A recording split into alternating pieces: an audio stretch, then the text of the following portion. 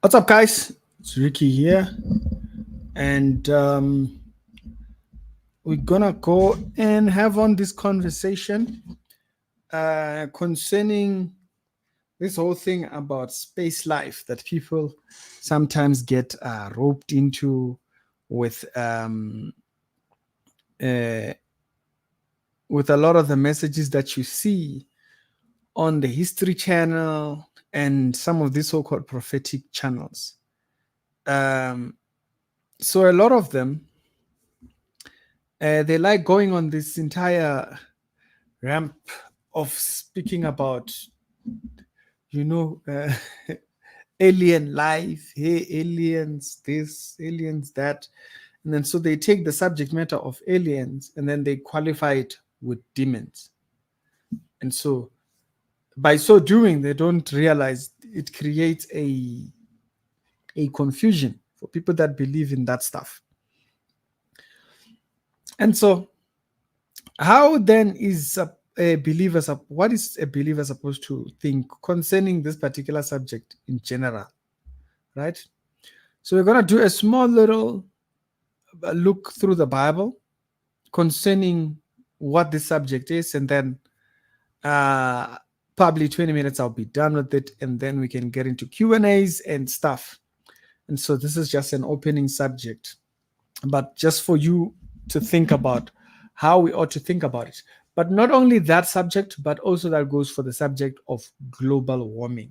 I think there is an agenda with that whole idea.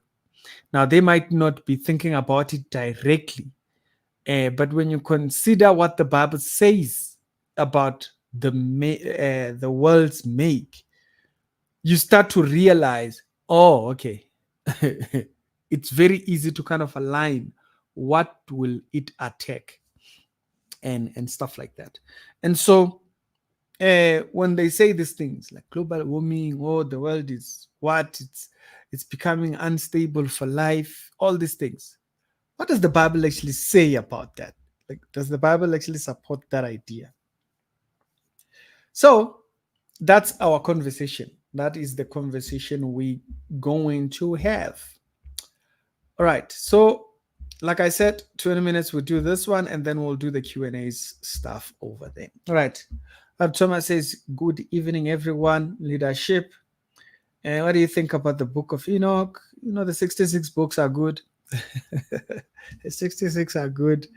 Going outside of that, yeah, you can read, but be careful what you find in all the extra books, because sometimes what ends up happening is that people then go too far, even beyond the ones that were there when the King James was established. They then start finding other books, and it can get crazy out there. So be careful when you do your readings and stuff. But the 66, perfectly fine. There's a reason why we have those 66. It's because those are good enough for all the records. Greetings, leadership. And as Lisa says, good evening, leadership and the family.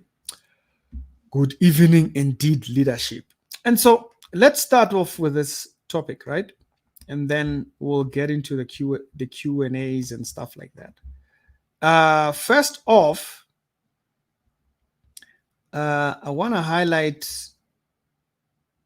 let's go here. So this is the book of Nehemiah, and Nehemiah here hands us something, and I want to read it, and then I'll go to other verses right after to kind of speak on this particular subject, life outside and also life around Earth. So there's a life outside, life around Earth. So is it possible when I get a global what and what? So he says, you alone, or you alone are the Lord. Okay, so there's no other. You created the heavens. Okay, so you see that there, right there. Now, if you think about it, the subject matter of people saying that there's going to be global what, the world is going to have all this chaos and all those kind of things. The idea behind it is that the world, remember, it's 3 billion years old, and the world is kind of creating its own scenarios on the earth. That's the idea, is that, the world is constantly evolving out of different things and out of different ideas, and all those things. And so that's how they justify the idea that the world can go into a different state, since the earth is evolving outside of God's creation. It's gonna go into something else. It's gonna go into an ice age, or it's gonna become too hot for humans to be here.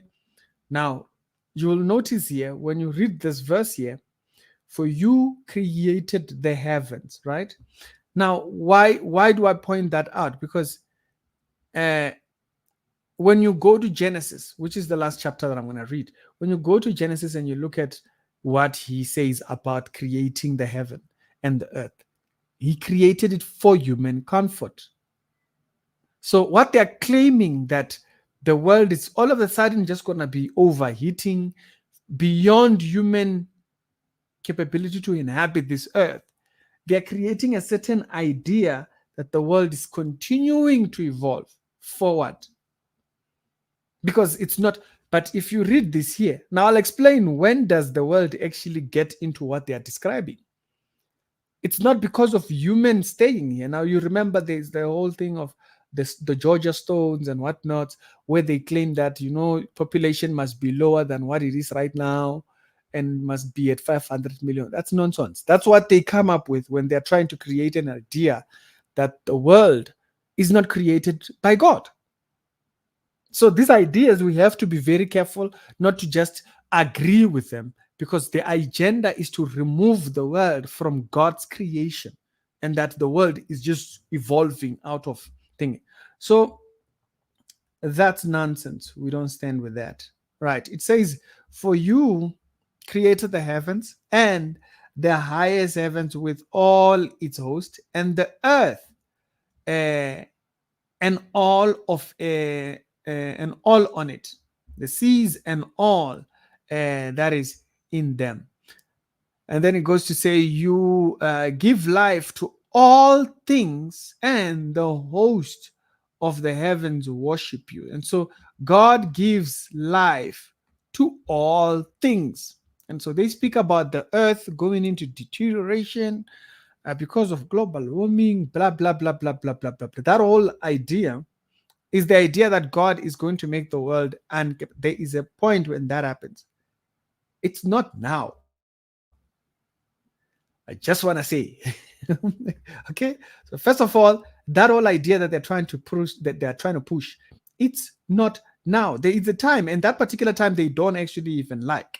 Okay, we're gonna show that as we go on here. And it says, "For you are the Lord, the God who chose Abraham and who brought him out of the heirs of the Chaldees." So God placed him in a certain place to stay or live in a certain place. So God is not moving us out of the earth. He's moving us in the world.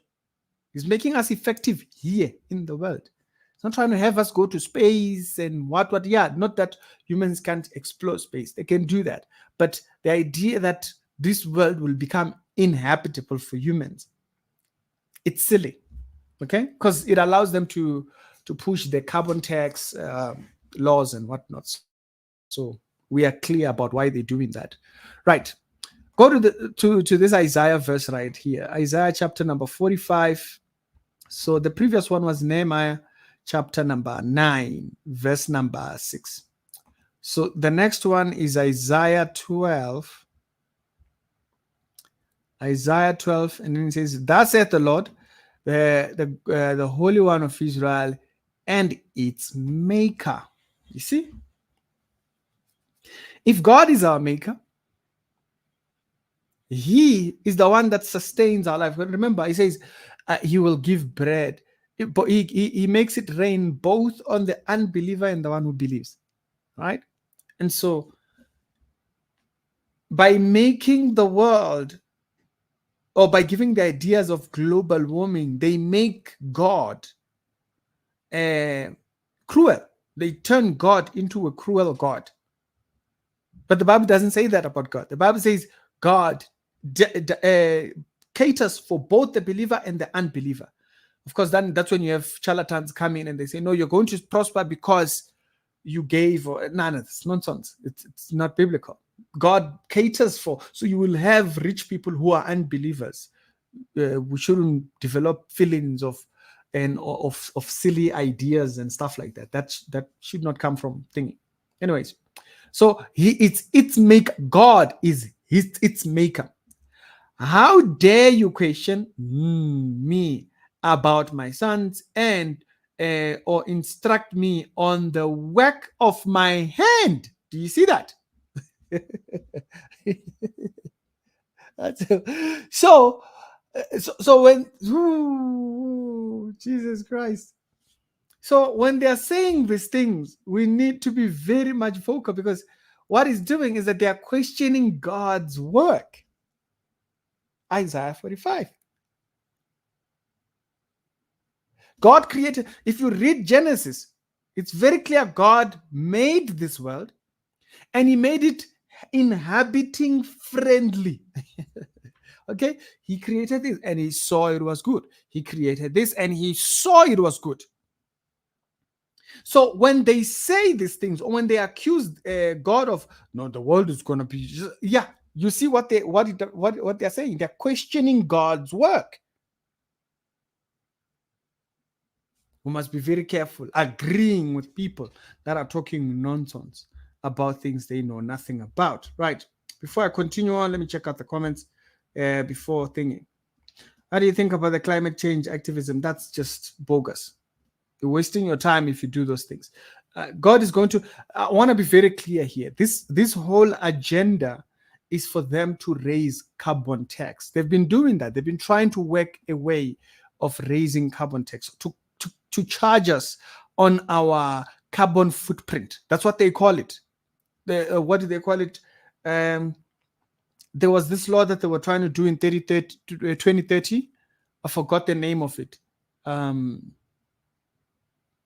So if you follow the World Forum, basically you'll hear their agendas. They want to come to a point where they charge us for carbon print, to say, oh, you have a car, so which means you are emitting this much carbon footprint, and so you must pay this much tax to either the World Bank or whatever and whatnot. Why? They want to tax us to death, to a point where we cannot be able. You will not be able to actually even own anything. Like right now, they've just proposed the new laws, by the way. I think even Biden, what was the name of that Biden law? I was not going to talk about this, but anyways, let me see if I can remember it. Joe. Yeah. Let me see if I can see it. Yeah, like right here. I'll give you an example. This is a law. This guy was just the worst. That Biden tried to execute, right? I don't know if they ended up signing it and whatnot. They were saying that they want to come to a point where they tax people for 25% on their unrealized capital gains. Now, not on what you've gained. No, on what it's just absolutely ridiculous. These people just, it's like they don't have God. But if you understand that these people, it's almost like they're possessed when they do these things. It's almost like they're possessed when they get up into all these things. And so the thing that they're trying to aim for, there was another law, I forgot the name of it. It's from California. It was enacted this year. The aim of that law is so that we the things that we own no longer belong to us.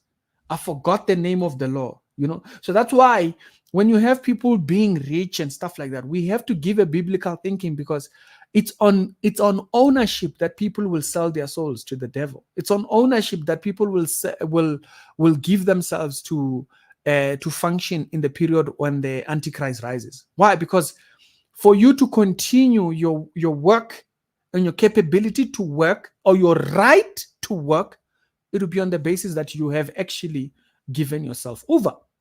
Ownership is it's a fiction of our imagination. Right now, I forgot what it's called, man. There is a law that they've been trying to work on. I was just looking it up early this week. And we talk about it here so that believers have the right frame of mind with ownership and all these things. These are worldly things. You must have your mind in the right space, particularly about these things. So the goal is to come to a point where we almost don't own. The things that we own are partially owned by government. That's why personally I do not like parties like EFF. It's almost like the devil speaks through that party. And I don't know how people don't see it. Marxism is a direct doctrine that comes from Hegelian practices. Okay, Masonic ideas and whatnot, and satanic origins. Basically, the idea that government must own. That's ridiculous. Okay, that's ridiculous. That the government doesn't own nothing. It is people that create the jobs. It is people that think it. So, but anyways, you know, just be aware of this thing so that you don't, we own these things now. Like you see what's happening in China. China is a print of what the Antichrist wants to do. Remember, in China, they built a credit system. Like you can literally lose rights to certain things if you you are losing a score. You said there was movies that spoke about that. Yeah, China was already getting involved with something like that. They have cameras that track people and all those things. And so to a point where you must behave in a certain way, or else you lose rights to certain things. There are bars, there are shops you cannot even enter where they have exclusive products. It's crazy what's happening in China right now, And so these ideas that you hear swell up in Julius Malema's head, those are demonic ideas. I don't think that guy speaks by himself. I literally hear the devil speak through that guy. Nothing against him, I don't think he knows what he's doing. I don't think he knows what he's saying.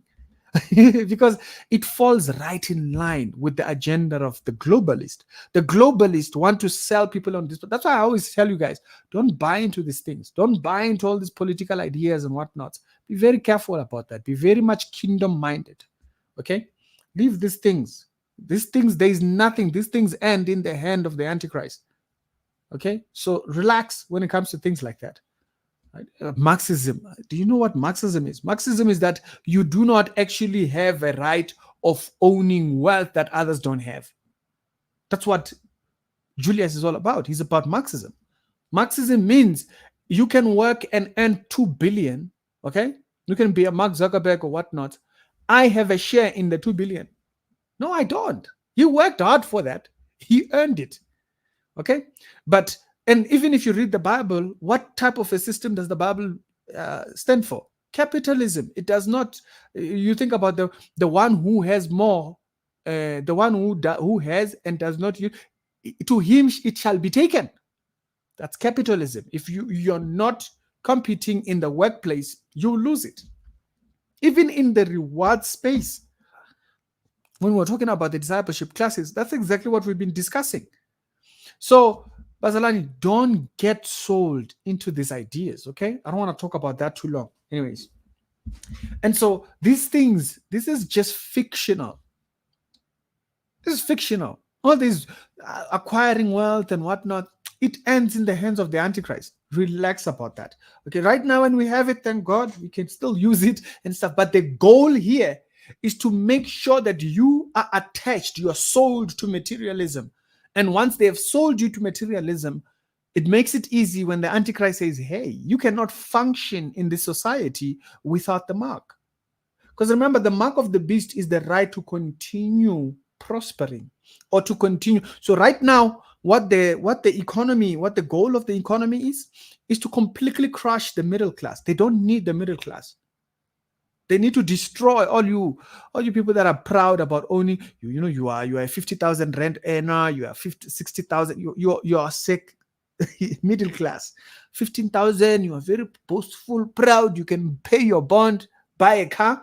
They want to destroy that class and have only 2 classes. If you read the book of Revelation, you will see there are only 2 classes. When you read all eschatological books, it's 2 classes. It's literally the rich and the poor. Think about, and by the way, I don't want to do that particular study right now. We'll talk about that later on, okay? When you read okay, when it speaks about the ships of Tarshish in the book of Revelation, and it says the merchants mourned the collapse of the Antichrist system. Because remember, there is the religious Babylon, there is the political Babylon, and enterprise Babylon. So there's only three systems. There's the religious, political, and the business world. In the Bible, it always talks about the business side of the Babylonian system that the Antichrist works with. Because remember that when he comes back, he raises that stature back. And guess where the root of worship for that system is? It's ancestral worship. Because we know that's what Nimrod did. That's what Nimrod did with Babylon. But we're not talking about that. Africa is right in the center right there. I warn all these people, and I sometimes think, they just don't hear us at all. This system that we have now in South Africa of pushing ubungoma and ancestral worship, yeah, that's part of the agenda. That's part of the agenda. It's part of the agenda because that's the Babylonian system. I'll show you that, and we'll do a video maybe or a study on that soon. But if you study eschatology books, you will see these three systems. The system that we have in the end time only allows two classes. They can't be a middle class. They can't be you with your 1 million rand bond. Nah, this is you. Nah, you with your Toyota. They don't need that. What they want is two classes. They want the rich, they want the wealthy, and the bottom class. Two classes only. That's why when you look at the system in the book of Revelation, it talks about how food became so expensive that the average person, it would almost be like a day's wage. Bread, imagine bread costing up to almost a day's wage. Who can afford that? It's only the wealthy. It's not the middle class. It's not the middle class. So the poor, it's a sad case. The middle class, that's the one where the struggles, and that's what's going to lead people to taking the mark of the beast. Now, by the way, we are not there by the time. Okay, the Christians, believers, are not there. But those who are left behind, those who are playing church and they don't really know what they believe, those people, they're left behind, and those are the people that go through. If you study the 7 churches of Revelation, you will see there's a church that's left behind because it was so carnal, it never cared about things. So the goal of the system is to completely collapse the middle class and the low class and create this. So that's why materialism is being sold. Fancy clothes, luxury cars, and then we use these things to separate ourselves from things. And so the idea of climate activism, it's literally just that. It's to say, right now we have global warming, right? Let's not even talk. Right now you have load shedding in South Africa.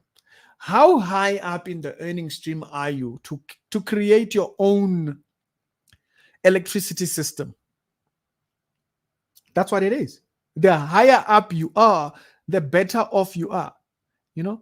I've visited friends of mine who are a little bit rich, and the lights don't go off at their house. Lights don't go off at their house. And by lights don't go off, I mean, like, if lights go off, even if it went off for 3 days, they still have lights because they have ways of keeping lights on and all these things. You live there like there's nothing. Those are the kind of people that they're looking for. They're looking for people who can sustain, not just you with your small power bank charger phone, and then it ends. They're trying to create two classes. And possession is how they're building that. We keep eating our wealth by spending. Don't be attached to any of this stuff.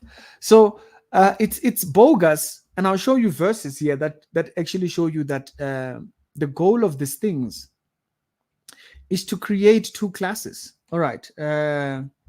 So this verse here, it's quite a very interesting one. This verse here, it's a very, very interesting verse because it tells you when people start talking about climate change and all these things, what they are really questioning is God's handwork.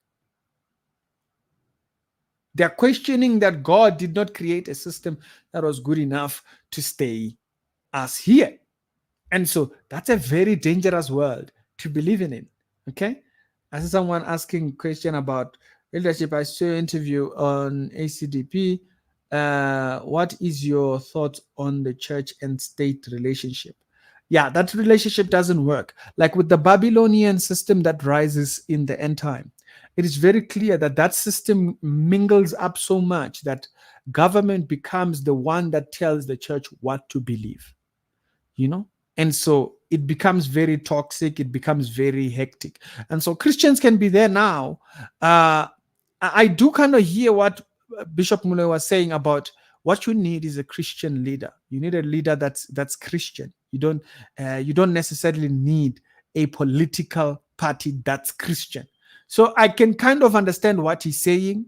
I didn't think anything of thinking. If you listen to the early part of that interview, I didn't even know he was part of the party. Okay, I was interviewing him on the basis of the video that he made saying people shouldn't vote for it, because he didn't say that part in that video. And so only he started revealing that later. I'm like, oh, okay, maybe he knows what he's talking about. Then you'll just notice that I'm just mostly listening after that. And so it deteriorates because there's those three systems. There is the political arm of Babylon, there's the religious, and then there's the business enterprise. If you read the Bible, it's very clear. The sheep of Katim and so forth, they are the ones who are the merchants. The Bible says, the book of Revelation, it actually brings up that subject to say the business side is the one that's mourning.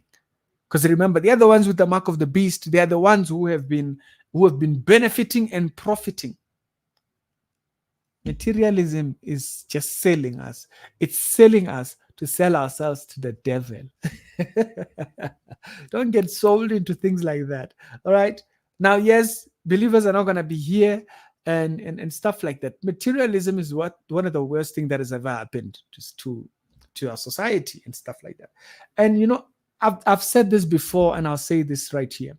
I've seen people say they're going to the business world so that they can make money, and they'll do ministry work, or they will maybe contribute money to ministry or to advanced ministries, and they get into business and they completely get taken.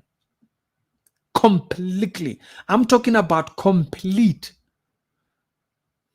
I knew one friend of mine who went into business. He was just an average worker. He's a multi-millionaire right now. The multi-millionaire. He absolutely has grown this hatred for the Bible.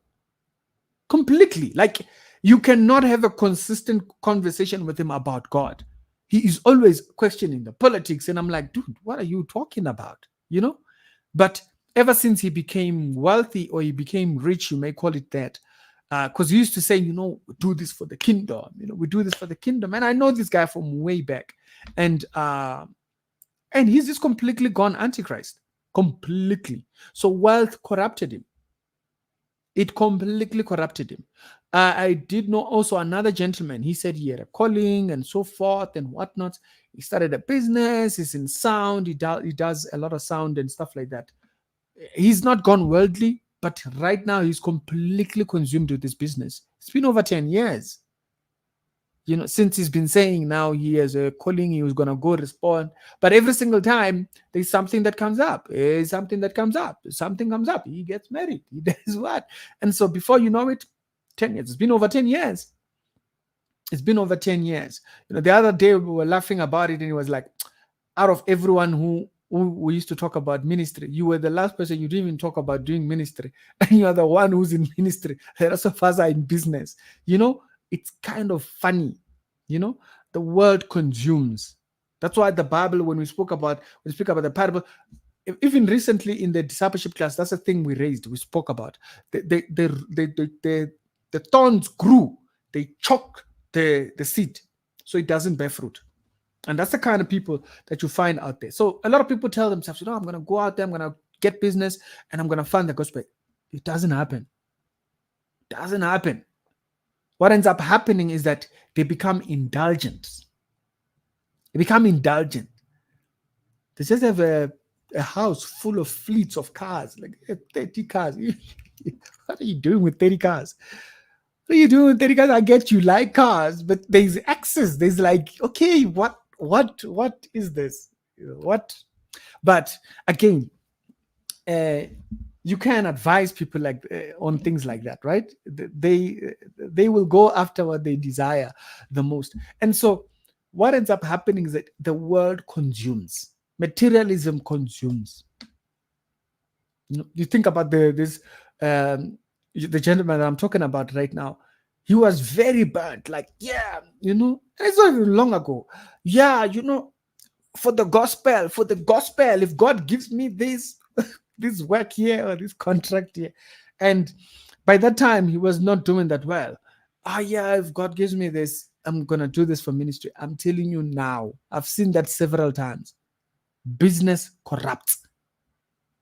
And it's not even that there's something devilish. No, they just become too comfortable. At the end of the day, they just completely consumed by materialism. So that's why he shall keep him in perfect peace, whose mind is stayed on the Lord. That's why I've said you've heard me saying, listen to me, money doesn't preach the gospel. It's us that preach the gospel. Okay, forget it. The ones who are interested in preaching the gospel, they are likely the ones who don't have money. They're the ones who don't have money. The people that have money, trust me, they got a lot of things. They're always thinking about something. It's like their mind is always somewhere. They're talking about, they're already planning a holiday that they're going to take in December. They just become so flustered with things. And so materialism has been sold. And we've sold ourselves to it. We've sold ourselves. We've given ourselves. I was telling a friend of mine who is a very close friend of mine. I've worked with him for over 10 plus years with strategies and stuff like that. I grew up with him. Okay. He's the only person I trade with. I don't trade with anyone. And so we build a strategy, and the strategy is good. Okay. It's great. Let's trade now. Okay. We trade. And we're like, after like a few months, we're like, why isn't this strategy like, we are not. And we're like, there's nothing wrong. Like, we would literally sit hours and hours and hours together. On his off days, we are just there, like hours on hours. Like, why is it that, okay, we'll make money now, and then it stops. And then we make money a little bit, and then it goes. So it's like, are we sure our heart is in the right place concerning this? We stopped immediately. The strategy works, it's good. We stopped. Completely stopped. Because yes, the strategy works, everything works. But is our heart in the right place? And so, because you might find that that's the issue. God is not going to allow us to execute this strategy rightly because we might get consumed by the world and that work. And then before you know it, we're no longer caring about thinking. And so guess what we did? We're like, okay, let's stop this. Let's stop completely. And we just stopped and we said, let's devote ourselves to studying the things of God. We'll know the right time to come back to it. The strategy is there. We know it works. We know it's good. Why? Because materialism, you don't want to be sold into these things. All right. You want to advance, but don't get sold to a point where you cannot even see, okay, maybe it's not the right time. Let's just pull back. Just leave it. Just pack it there and we'll see it at another time. And so the relationship with thing, it just does not work at all. Good evening, leadership. We are being fooled. You can say that again. Okay, they're selling us these ideas. They're selling us status again. That's another thing they're selling.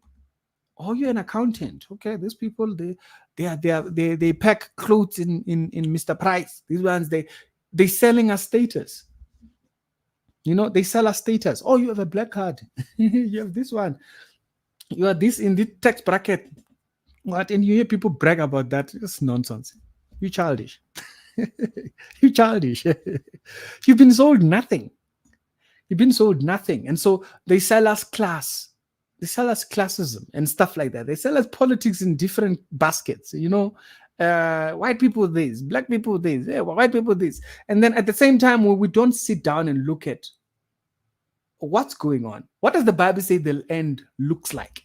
Because you see, if we frame our mind that way, you won't be sold into all these ideas. You will not be sold into all these ideas, you know. And so it's a very interesting one. Just like in China, where they rewrite their Bibles. Yeah, they're busy doing that. You know, they're busy doing that. They rewriting news. They completely fabricate news. When real stories come out, they just shut them down. Like, I want to do an episode to kind of rebuke some of the ideas that EFF has about how nice and amazing China is. I'm thinking, are you sure? Are you serious? Have you seen what this particular space Asian countries are doing to their women? Okay, I made that video about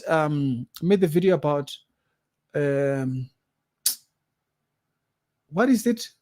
What they have the name for a woman who's over 13, 29, who's not married. They've entire parks for selling marriages, basically, and stuff like that. And so why? Because their countries are doing very terribly in the marketing, in the area of birth rates, because they had one child laws and whatnot, and so it completely destroyed their thinking.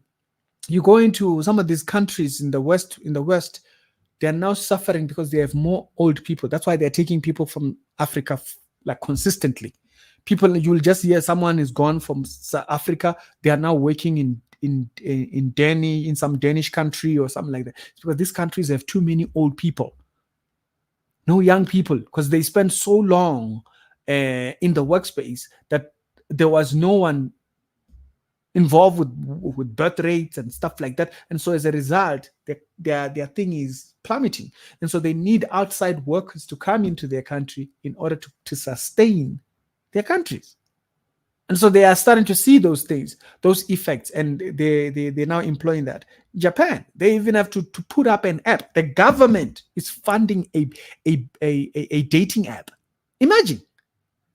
Why? Because of these wars, all these gender wars. Don't be sold into all these ideas. Be very careful with things like that. All right. Be very, very careful with things like that. What do you think about a message? Did you see the message about Scientology? I haven't watched the video. If you send me a video, I did see Scientology. It's a bunch of nonsense. It's the whole thing of ranking and ranks and knowledge ranks and stuff. Yeah, the church, the first century church, dealt with things like that. Okay, it was called Gnosticism. Gnostics. They're called Gnostic. Is it Gnostic? I think that's the word. That's what it was called. It's like knowledge saves, basically. It's the idea that knowledge saves.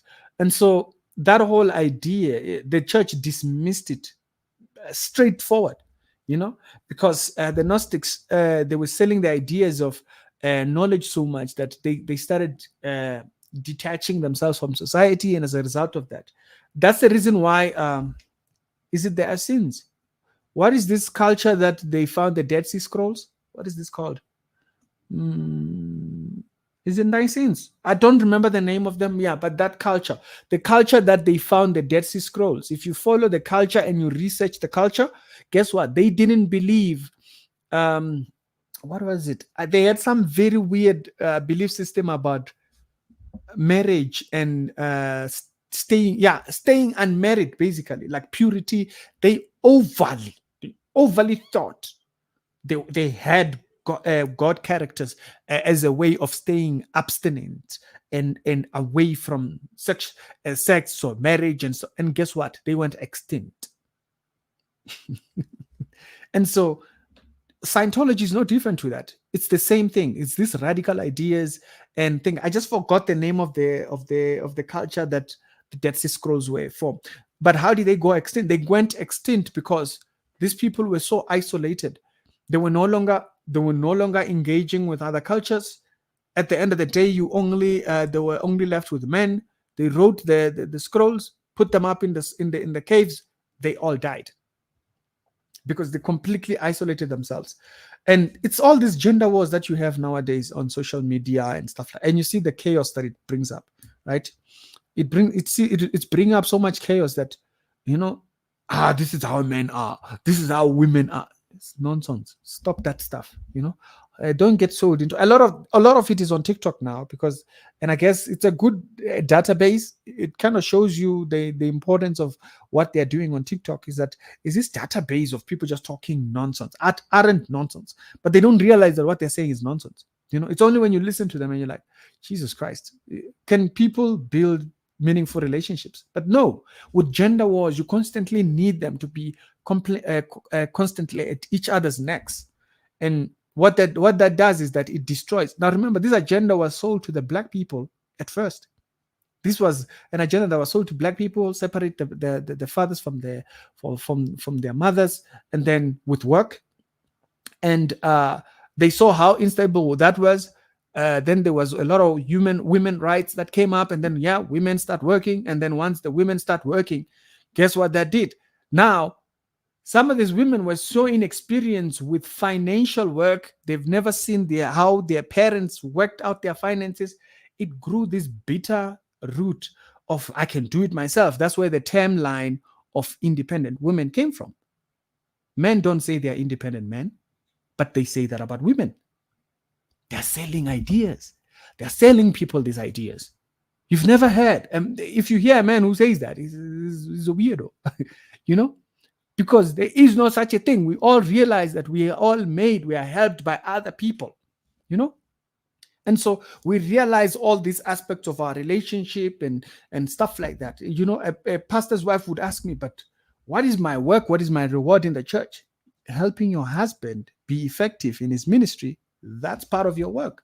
Remember, when the Bible speaks about you, what does it say? It says, I will make him a helpmeet for what task he has in front of him. And so that's your thing, I think. You guys have something to work on together. That's what you're working on. All right. And so these things created this environment of independent women. What is that? Nobody who worked in that period spoke of himself like that. Why is it that it came? It came like that because they took their period of starting to work with this selfish, I don't know what to call it. I don't have a word for it. And then as a result of that independence led to the early boomers areas, right? The 70s and so forth. And with all this freedom, people started exploring. That's when you had a lot of a height of serial killers. The serial killer period was after the 50s. Why? Because now these women were no longer dependent on men. And so they were by themselves. They were out driving wild hikers. The hikers period. Where does the hikers period end? The hikers period ends literally by the 90s.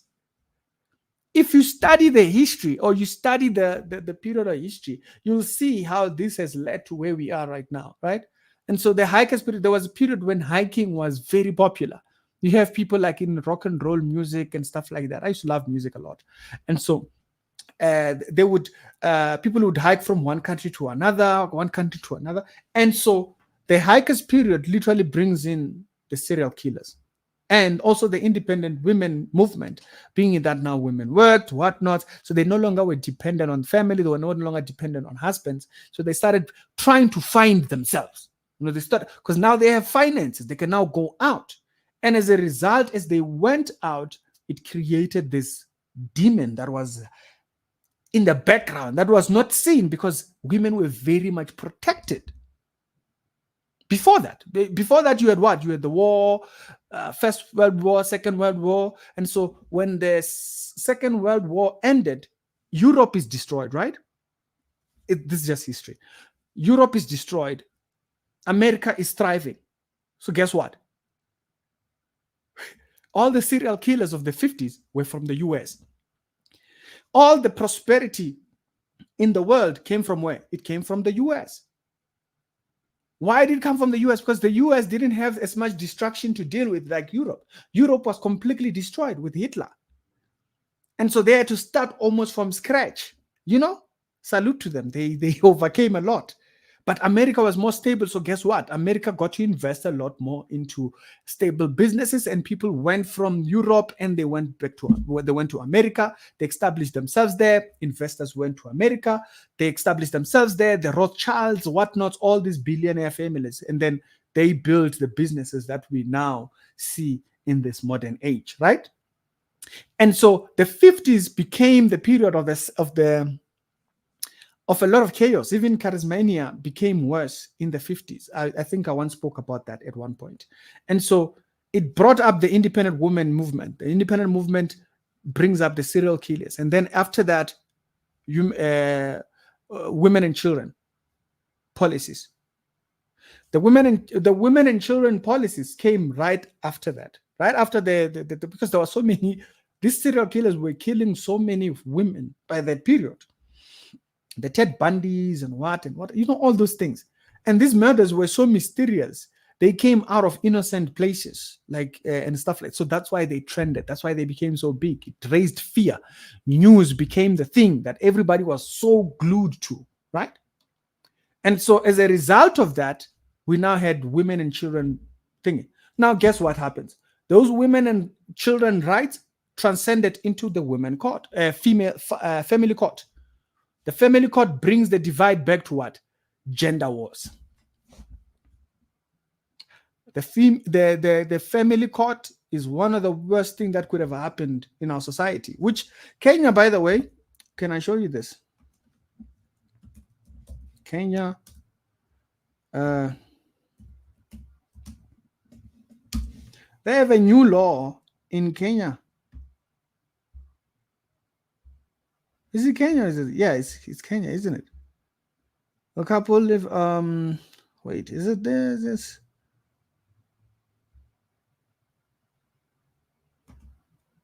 Yeah, I think it's Kenya. Yeah, Kenya established a law last. Yeah. I think this is it. They established this law. I think it was about last year, right? They speak about right of contribution and whatnot, and try. So basically, what they're trying to do is not have these women. They just get married so that they can inherit a man's wealth.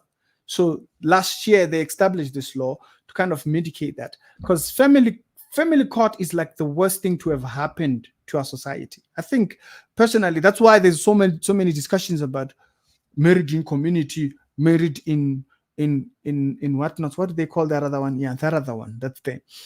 And so it brings up this thing. So there's not so much wars. And this stuff has created so much chaos because it's completely unfair. They can literally leave the man with like 10% of his wealth and take 90% and give it to the woman. That creates a very unstable, no matter what you say, it creates a very unstable environment. You create bitterness between these genders to a point where that entire family court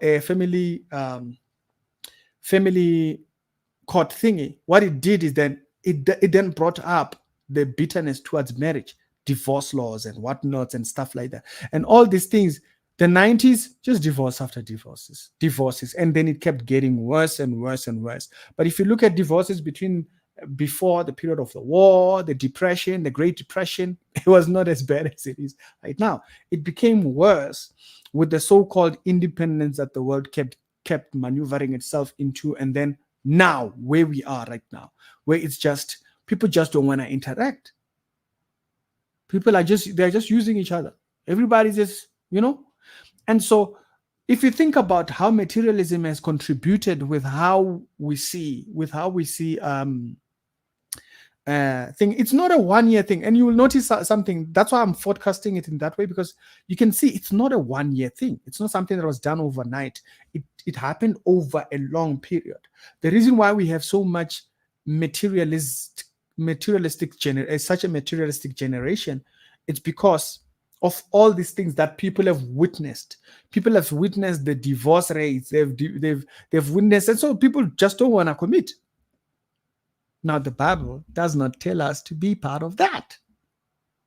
Okay, you don't reason like that. If you're a believer, get that out of your head. And so these things that we're speaking about, things like Scientology, they take things like that, they feed off of that, they feed off of people's hungers for knowledge and whatnot, and so they elevate themselves. People have to pay for Scientology, by the way.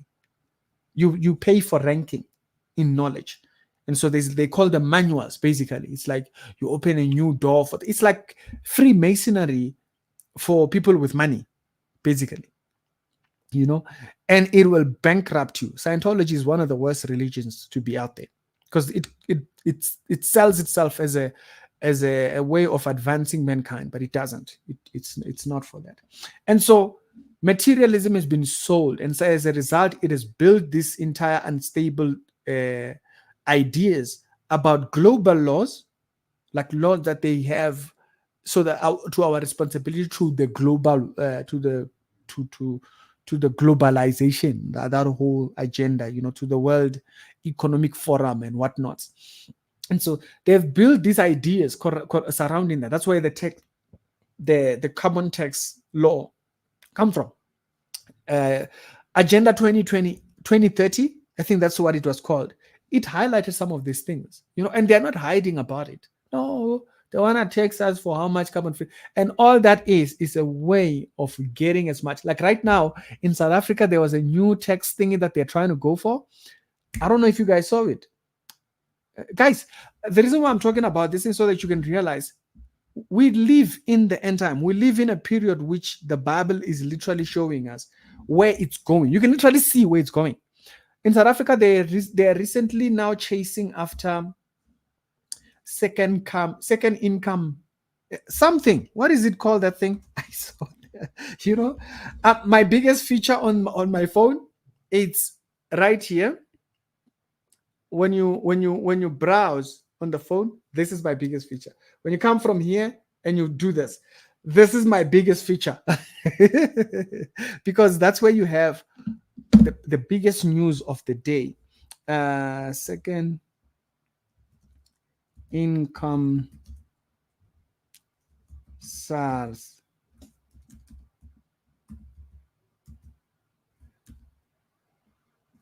Wait, it's SARS. All right. It's yeah.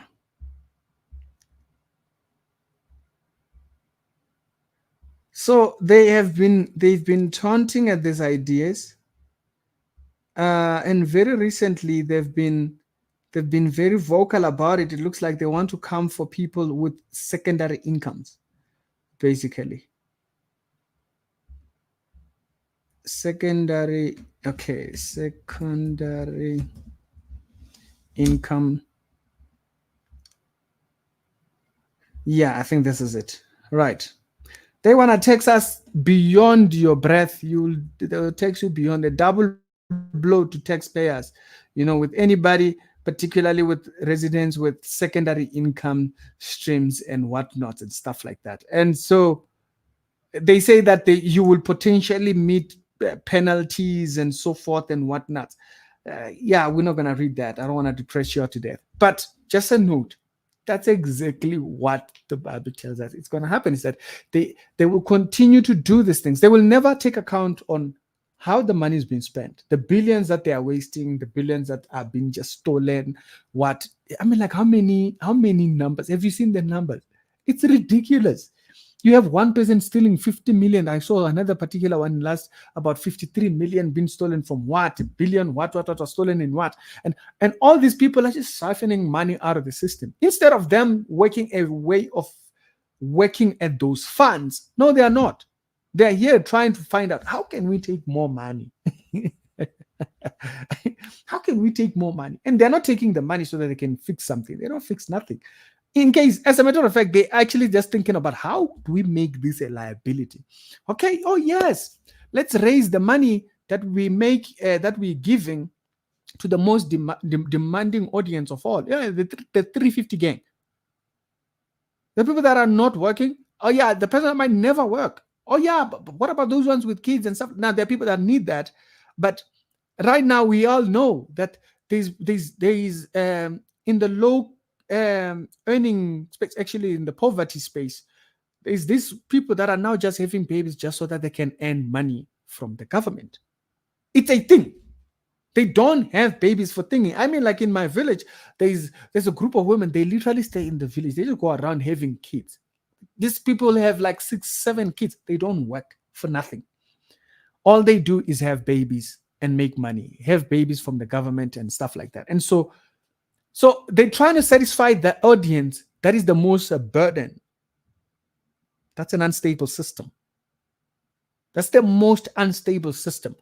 And by the way, under communism of Julius Malema, that stuff would not pass. As a matter of fact, they would cut that. Why? Because the number one enemy of communism, which is the EFF's modus operandi, that entire thing would die instantly. Yeah, because that's the number one thing. If you learn from China, China does not have social grants. They don't do that. They will tell you that they're going to, but guess what they do? They build small little streams in which they will help here, small little stream that they will help here, but it is not even nowhere, even to qualify for them. It's almost impossible. The numbers of those things just don't work. But people are sold into this thing. They are sold into these ideas. These things only tell you that this stuff is coming to an end. Anyways, who got me speaking about the world? And so this stuff doesn't go anywhere. Okay, thanks that was all the sign on if it is a star and it's a star in of Bethlehem when Jesus was born, it is falling here is Namibia. And oh yes, and the thing is that some of the research, it gets lost after a while. So every single now and then there'll be some type of a discovery, and then they'll just shove it down the thingy, and then they'll just kind of dismiss it and stuff. Like all the stars, all the asteroids that they used to project, like in the early 2000s, they used to project, now there's an asteroid that's coming to Earth. We don't know if it's gonna hit us. And they needed like 6-7 months in order for them to do the calculations and whatnot and stuff like that. And then they told us, nah, it's not going to hit us. God knows it's not going to hit. There's no asteroid that's going to come here and destroy the world. If you read your Bible, it makes it very clear for us to know that. And here, leadership, what are your thoughts on the former Chief Justice? Yeah, he's a great man. Yes, if his party was out, I would definitely vote for him.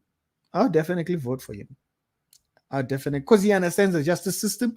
He understands, politics, guys. It's all about having someone who understands how that stuff works, how to work around these systems. Right now, in South Africa, we need to abolish a lot of things. We need to abolish all this BEE stuff. I'm one of those people that believe that stuff has never benefited people. It only benefits the cadres. Okay, they are benefiting from that. As a matter of fact, they are raising scams from that. They're raising scams, and the scams are not nowhere in the media space. You will never see those scams. If you even speak about them, they will come for you. So those things, they need to scrap the system and start the system from scratch. We don't need that. Okay, we don't need to have a priority, because by so doing, they justify the 20-30 billions that they spend with Eskom and the contracts that they've given over to some companies, special companies and stuff like that. We don't need that. We need to scrap all of that stuff and figure out our own politics. What does politics for South Africa look like? Let's stop copying everybody else. Let's figure out our own. I've always asked all these companies that have expressed an interest in South Africa, why don't we bring those companies here? Now, of course, people are very skeptical of China, and China is collapsing in its own way. So it's investing a lot into going into other countries, right? But then when you have independent companies now coming up to threaten the system as it is, like right now, look at what Take a Lot. What is that other system? Take a Lot. I forgot the other company. Take a Lot. Look at what Take a Lot and Thingy got involved in with trying to stop Timo, right? Now we all know, we saw the stories about Timo and whatnot. So what they did is they went and they pimpered. Because it means that the way they were losing business, because Timo was selling this product. So the Chinese, what they do is they will sit down and they will study a system. That's the thing about Chinese people. They will sit and study a system to the death. So they found that in South Africa, for you to pass small packages, you don't need to pay tax. If you pass products or items that are below 500 rands, you will not pay tax. So what they did is they would allow you to buy all these small little items, prosper this business. And by the way, yeah, the prosperity for the business is not that big, but it's bigger for them. So what they would do is undercut the prices of these things, barely at production level. Basically, they're only making maybe production amounts or just a little bit over that, and then they would cut out. Like when you get a percentage deal on thing, it's not that wow they're undercutting the price. No, it's just literally almost at manufacturing levels, basically. So they went and prepared them. So to say, hey, have you noticed that when you buy a bigger bulk of items, the customs for it is almost non-existent. As a matter of fact, there is no customs for some of these products, except they will bring them in these small little packages. I remember buying one particular huge package here. Y'all remember when I bought the backgrounds and whatnots, those scarves that I had. And so that order maybe was like 2,500 or something like that. There's a lot of things, like a lot of stuff. And I can tell you now, that it didn't come in a big bag. It came in small little packages. And so when we have companies that cannot contend with their competition, so what they do is they're trying to find ways to make things more expensive on Temu, so that Temu would now have to pay the thing, which is why you buying on Amazon is almost impossible. Because you find you want to buy a book, it's $20. The book is $20, but you end up paying $25 on shipping, because it's almost default. Shipping is like $20, which is about 500, 400 and something rands or something like that you're going to pay to customs. It's a default amount. So it's almost impossible buying. These systems, they work in America, but they don't work for any other country and stuff like that. And so that's why personally I don't buy on Amazon anymore. I mean, like the last time I bought thing, I had books that I wanted to buy, and the shipping alone took the price way over the amount. I think I needed some study material and whatnot. I would have paid maybe an average of about 6,000 for all the books that I wanted, like every single one of them. It was very expensive, but I ended up paying almost 10,000. It's crazy.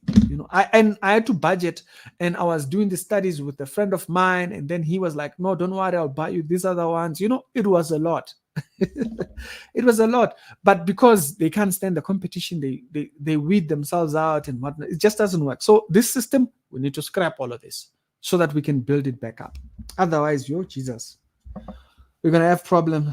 Just want to ask something, man. That is a bit off from this topic, and totally off. I am in the journey of training myself spiritually, because there's a need. There's a lot of need. Wait, what is the comment disappears there? Because I'm in a journey. Okay, spiritual. Because there's a lot of need. There's a lot that we don't know. My question is, I don't have any at the moment because I am currently unemployed. Would you recommend an online training? I am currently enrolled in a free Bible leadership. We are having discipleship classes. Why are you not there? We have 2 sessions a week.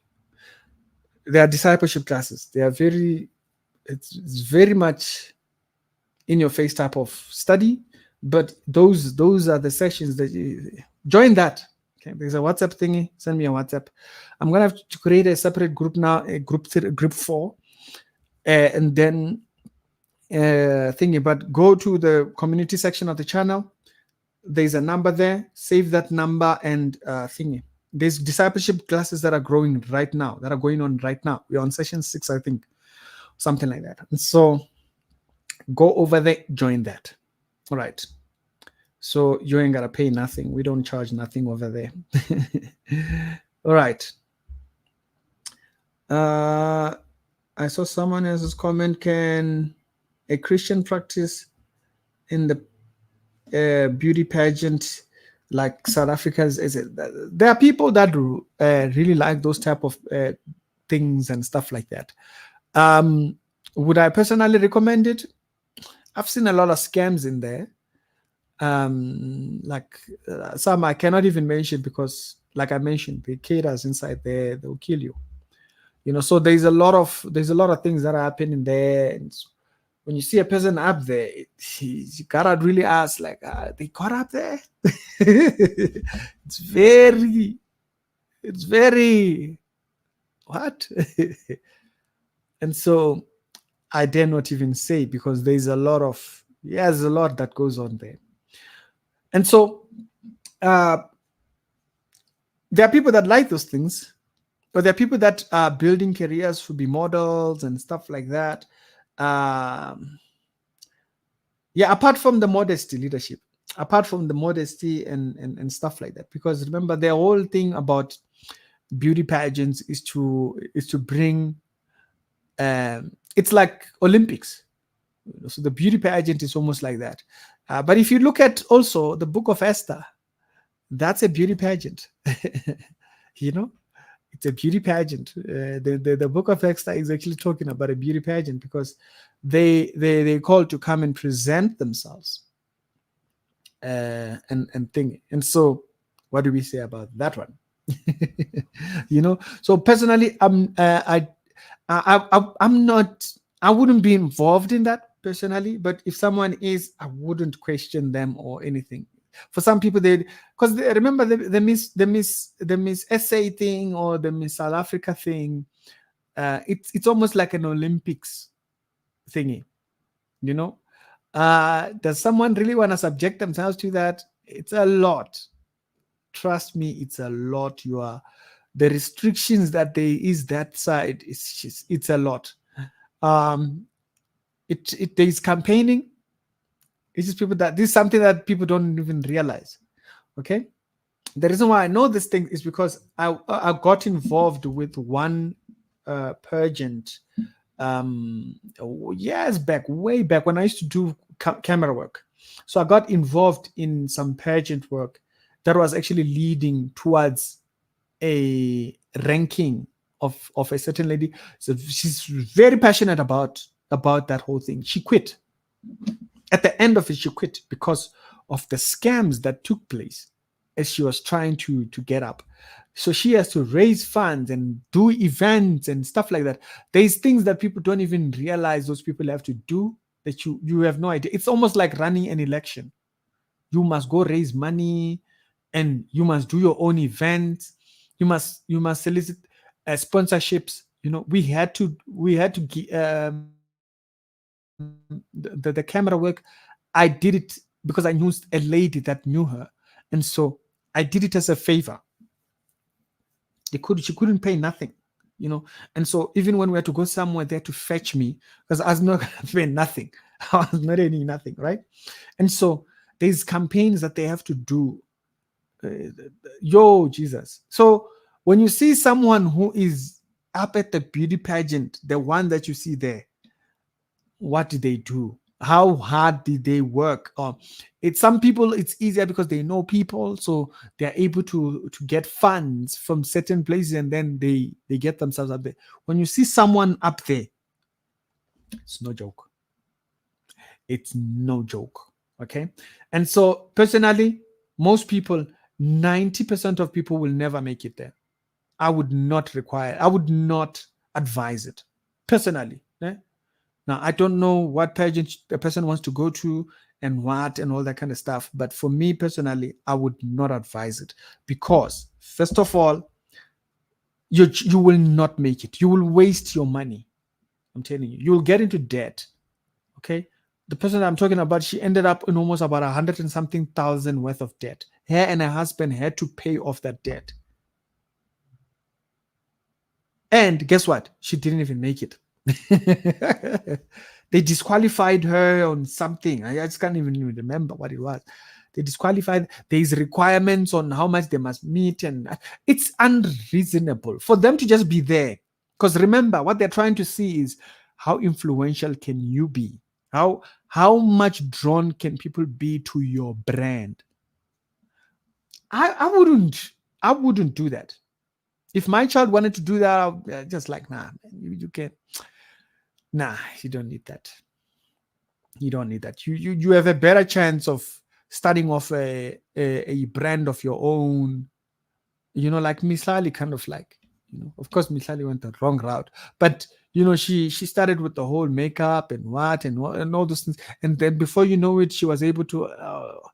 Yols, let me use Yols because Yols, she's a YouTuber, she's a South African YouTuber. She just started with makeup, lifestyle, and stuff like that. And before you know it, she was now being hired to do projects with Abo Oriel and all these ladies' brands and whatnot and stuff like that. And so you would rather take that money and dedicate it to that. You have a better chance of getting yourself into that.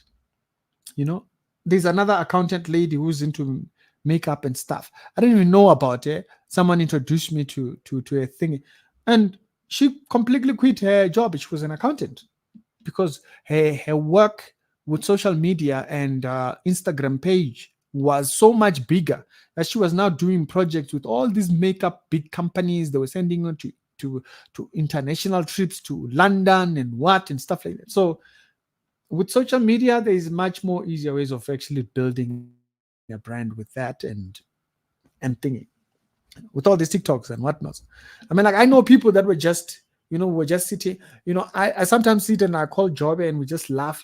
Jobe was just an average guy just doing videos saying yo. He's a brand now. He's a brand. He makes a living off of saying yo. And we sit and we laugh about it because it's like, what? How is this? And so nowadays you have a better chance doing that, and you can get talent agencies. Now there's also exploitations there, and like you know what, the system is corrupt, but there's other ways to get there nowadays and than trying to do it through the beauty pageant, because that's all it is. The beauty pageant is, can you sell people on your brand? And can people dedicate to you? Like if I came here and said, hey guys, I've been nominated for this. Can you guys vote for me? Something like that. It something within the lines of something like that. So I wouldn't recommend. I wouldn't advise it. It's not worth it. And even when you get up there, there's so much manipulations up there, so much campaigns that happen up there that are so corrupt. The makeup space or the beauty space, it's very corrupt. It's a very corrupt business. You can check online. You'll see the scandals that happen in the beauty space and stuff like that. You know, the Balenciaga thing. Where do you think that's all beauty and fashion and all those things? So this space is of popularity and fame. I would be very careful. I was the person who was into entertainment. I thought my career would be in entertainment. My friends sold themselves to the devil. I had friends who sold themselves, try to warn them guys. I think I once told, did I once tell that? Oh, I said I was going to tell it and I ended up not telling it. Yeah, they sold themselves. And I'm telling you right now, those guys they're not even famous. They are not where they were promised they were going to be.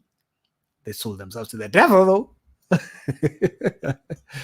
You could not tell them off. You could not tell them, listen, the stuff is fading. They were being popular by the time of DJ Cleo and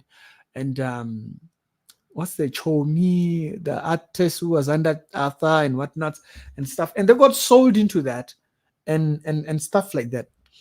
And before you know it, they were up there. I remember I was doing evangelism one day and meeting one of them, and he had a devilish ring on him. I wish that picture I could fix my phone to find that picture, because that was a very interesting picture that I had taken off his ring and stuff. And I was like, hey man, I was like pretty much aware. But I'm telling you right now, they were saying they were gonna give him contracts within the UFC and before you know it, will be world champion. It's been 15 years. It's almost more than 15 years, because that was 2010. Yeah, 2010, 2011. It's been it's been way too long. And he's still nowhere there. They sold him that. But so these systems are just too corrupt. I wouldn't advise it. I don't advise it. All right. Is there a strategy to evangelism? Definitely, there is a strategy to evangelism. We're going to be talking about that on discipleship. I think we're even going to try and build up maybe material and stuff like that around that. So there's definitely strategies to evangelism because you have to think about where the person is. You have to discern. You have to listen in, and you have to you have to be a very good apologist almost when you're doing evangelism and stuff. And so there's definitely strategy to it. Sometimes there are certain things you can't say too early. You have to wait and stuff like that. And then once you've done that, you're able to have that conversation with them, like Christ, the cross. For some people, they're not gonna be open until you're able to tackle you. You almost have to fan off everything off of them. You have to kind of get everything off of them, and then get them focusing on the gospel. But it takes a while to fan everything else off. And once you've given them a truth, you wait, you listen. Are they willing to listen? If they are not, you wait, pause, and you strike at the right time. Apologetics it's literally evangelism. And so being a good apologist, you are able to become a good evangelist. And so sometimes people think apologetics is just me being here talking about, oh, this doctrine is wrong, this doctrine is wrong. No, it makes you a very good evangelist. you you become fluent. You are a striker. Because you've dealt with, as an apologist, I've dealt with a lot of these topics that people are sitting on. And so I posted a small little clip of a discussion that I had with a guy who's into philosophy and stuff. We had a conversation for 5 hours on philosophy. And so, how do you have a conversation for 5 hours in a topic that you haven't thought about? But it makes you efficient to have that conversation if you practice your way through that. How do you join the discipleship group? Go to the community section of the channel. There's a number there. Send a message to that number. I'll add you. But I need to just warn you, it's not the normal church messages. It's very harsh there. We are very serious there. We mean business. It's hectic there. All right. So I never even shared the verses that I was supposed to share. Okay. So just remember that the world has its own direction in which it's going, right? I find it just quite an interesting one that, when you just think about verses like this, what are people questioning when they question thinking? They're questioning God's work, handiwork, right? And you go right here with Isaiah chapter number 40, 22, and he sits on his throne above the circle of the earth. So I don't know about those that think the earth is flat. And its dwellers are like grasshoppers. And he stretches out the heavens like a curtain, and stretches out them out like a tent of its dwelling. And he brings the princes to nothing and makes the rulers of the earth meaningless. Now, that's showing you the authority of God, is that even if they try to pollute the system, there's a limit to it. There's a limit to as how far they can go in their power, basically. I saw this other one here that I thought was quite an interesting one. It's Psalms 33, and Psalms 33 about verse number 5 to 6. And it says, "And the Lord loves righteousness and justice. The earth is full of his loving devotion." Notice. So beyond believers, the earth as a whole carries the loving devotion of God. Like when you see the beauty in the world, that's literally God showing it's almost like the world tells you about God. That's exactly what Romans says, by the way. It says, through the world thing. And so So if you think about what he's saying there, the earth is full of God's loving devotion.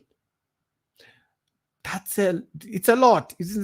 My head just even gets filled before before I can even utter like the extent at which what that means actually. And so think about what they're trying to sell us on. They're trying to sell us that the world is by itself evolving its own way. No, the Bible says God has crafted the world in his own way to tell his love to the world. It's like, no, the volcano can just erupt and, we can all be burned. No, no, no. That's not what the Bible says. But what are they trying to do? They're trying to justify. And, we've been dealing with the subject of bitterness and the root of bitterness in the group, in the discipleship group, and how the people preach, which is what we were also talking about yesterday and stuff like that. And so, and you'll note, why do they love this? Why does the word love destruction? They don't love destruction because they get that from God. No, no, no. They love destruction because it shows how they see God. You see, it actually tells them this is how it tells us that's how they think about God. So think about this one here. This is Amos chapter number 5, verse number 8. Right? And he who made the Pleiades and the Orion. Okay, so that's the planets and all that. Who turned darkness into dawn and darkness day into night. And so it's him who's turning the seasons. He turns the sun. He's okay. Who summons the waters of the sea and pours them out on the face of the earth. And the Lord is his name. He flashes destruction. He flashes destruction on the strong. It's very specific. When does the destruction of global warming come? It's on the wicked. Flashes the destruction on the strong. So the fury comes upon the stronghold. So if you think about it, what does the Bible tell us? What does the Bible tell us about destruction that the global warming people are trying to sell us? That's a judgment, brother. It comes as a response to judgment.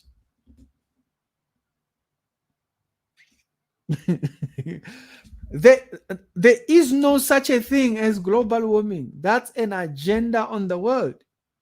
When the world starts going crazy, the sun becoming too hot and the weather is just unbearable, the beasts of the earth are now turning against humankind. And when all of that happens, it's because it's judgment on the world. Read Revelation. Revelation is literally telling you global warming, it's nonsense. This idea that these animals are just going to turn, no, they turn as a result of judgment, brother. Get it correctly. God is, the Bible says, when the Bible says, God's wisdom, when it speaks about God's wisdom in how it fashioned the world, these things is not going to happen until judgment is being poured out. When the seals start getting opened, look at what happens when the seals go read the seals. We're not even going to do it here. Maybe next week we'll then extend this particular study. But I thought that was quite an interesting one, that the whole idea of global warming is that this is happening by itself. No, it doesn't happen by itself. When it starts happening, that's when judgment is being poured out on the earth. They missed that. They completely missed that. And so, earlier on, I was still thinking, am I going to bring it this today or should I bring it another day? And so I was like, nah, this is kind of an interesting one. The direction of this one, I like it. We'll start this one this week, and then next week I'll then further thinking. And so he flashes destruction on the strong. They vowed to live without God, and so God places a judgment over them. Psalm 19. Look at this. Dismiss all this nonsense that these globalists are trying to spread out, right? and all these atheists and stuff like that, all these people who claim to be smart. He says, for the choir master, the Psalm of David, the heavens declare glory, the glory of God, and the sky proclaim the work of his hands. So you can't tell me that he's going to turn that sky. All of a sudden, it's going to be pouring out rain, destroying the world, and what, and what, and what. No, it does that as judgment. The response of all these things is when the seals start getting opened and what, and all those things. The chaos that comes, it's when judgment is being declared. It's not because the world is evolving. They are trying to take from the Bible why it starts. The global warming does not start because there's no such a thing. The global whatever destruction that you see in the end time, it's literally a form of God's judgment. But right now, we have a period of freedom. People can come to Christ. People can move away from places that are very hostile with nature and all that kind of stuff. Like, you see some of these places which are prone to tsunamis in America and stuff like that.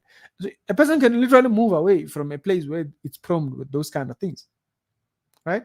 So they can literally move away from that area. But in the end, you can't move. It's all over. So it's not what they are saying. They're trying to claim what the Bible says and put it within human. There's no human hands that are moving. No, you see, human activity is causing global warming. Junk. They're talking junk. But hey, it's the world. They will constantly have their own ideas on how to flush it out and stuff like that, or how to explain it and stuff. But they will never look at the real core reason. Okay, look at this one. Look at Jeremiah. Look at what Jeremiah says here. Jeremiah says, Jeremiah chapter number 31, verse number 35. He says, thus saith the Lord, who gives the sun for light by day. He's very purposeful. God is purposeful. He's not going to bring the sun, bang, bang, bang. If this is what God made, he's just making it bang, bang. The way they want God to look like a cruel... Who sets in order the moon? He sets in order. Think about that, man. And the stars are for light by night. There's no aliens there. No, they're just light by night. They are to bring light to the world, to remind the world of his greatness.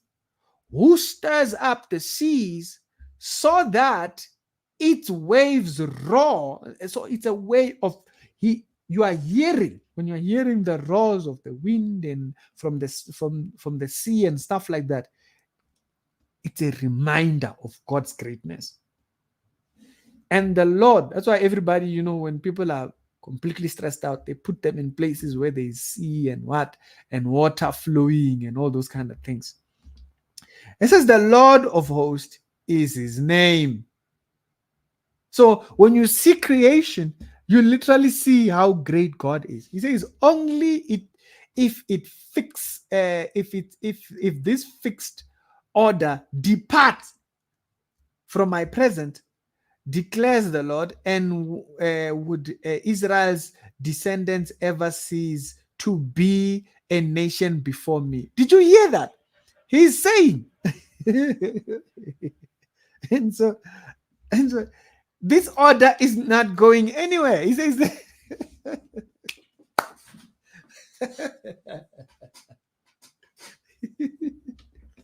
there's your global warming. There it is.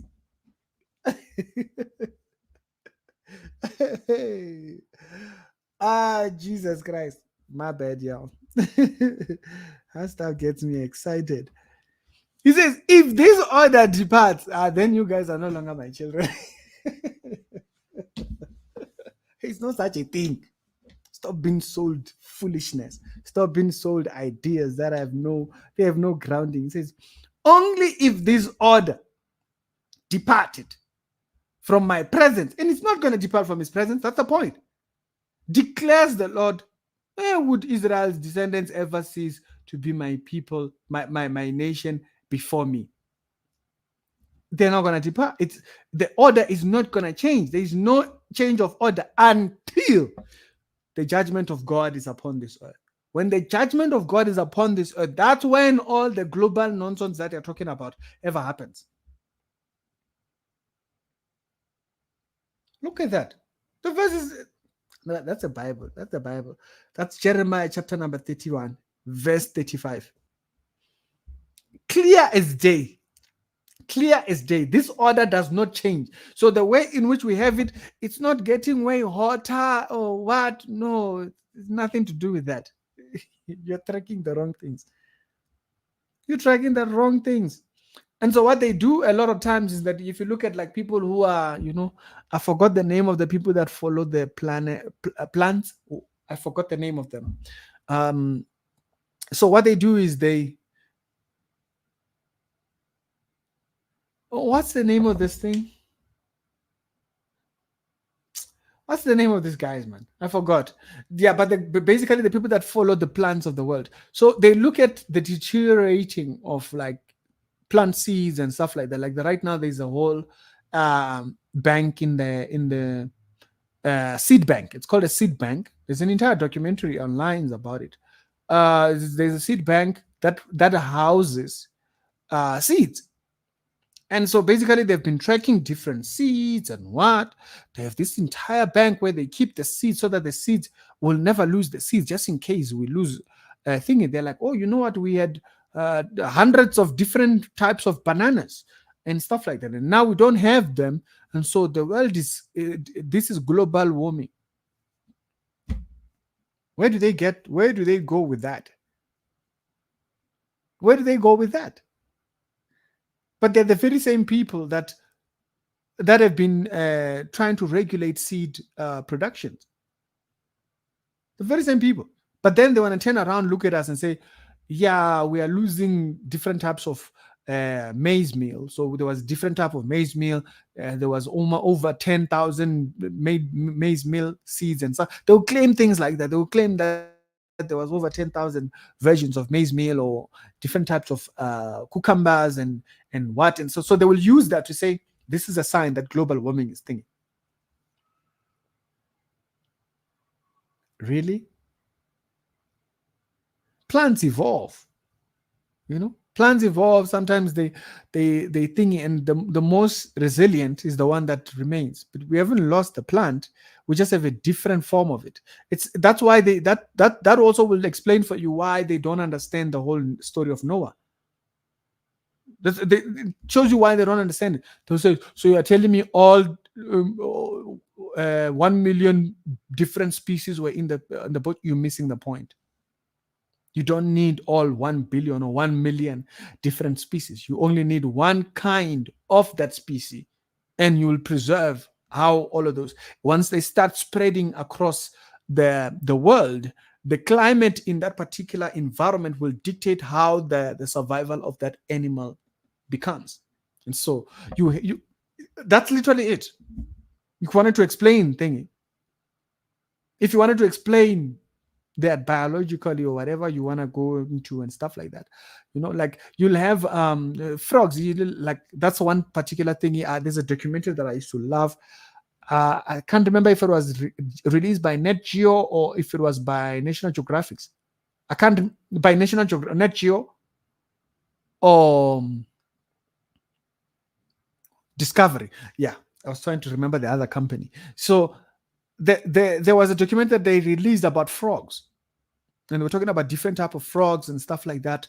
They spoke about the hibernating frogs. I don't know if you guys know about that frog. The frog that can actually stay under the water and it completely shuts down its system. Especially it does this. It does this during a period when there's drought. And so it will retain its body temperature and it literally goes dead. The what's the name of that frog, man? A frog. uh,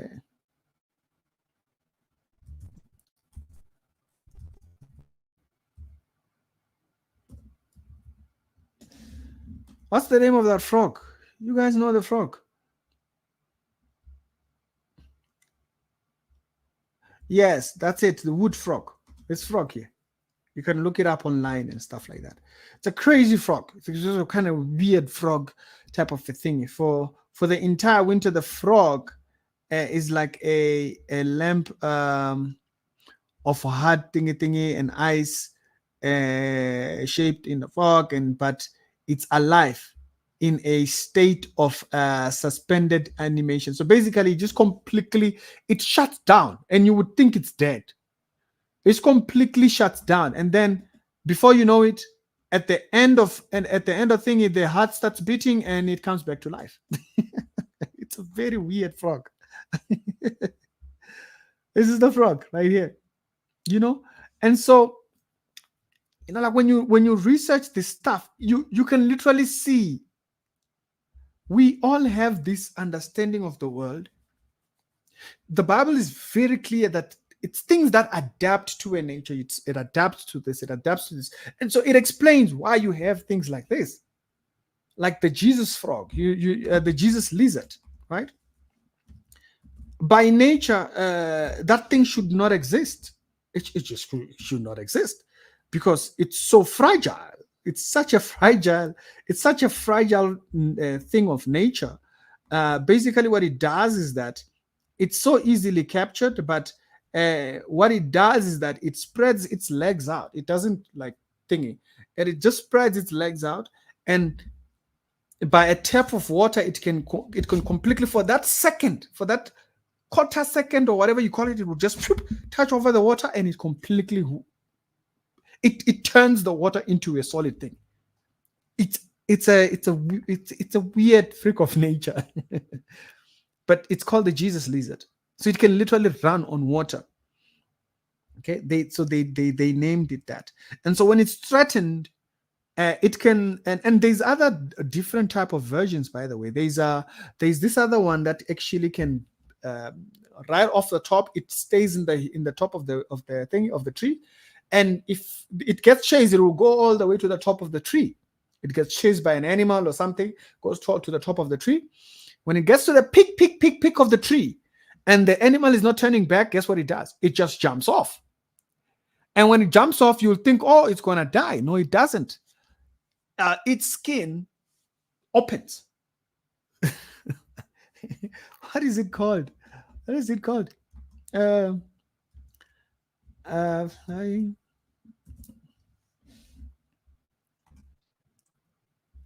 What is it called? Flying lizard. Yeah, there it is. There it is. You see it. So it just climbs to the top of this thing, and then when it gets to the top, it'll just open, and it hovers into the air until it finds a landing spot. It jumps into another tree or something like that. And so this can all come from one kind of a lizard, and then there's all these other ones that evolve into whatever environment they find themselves.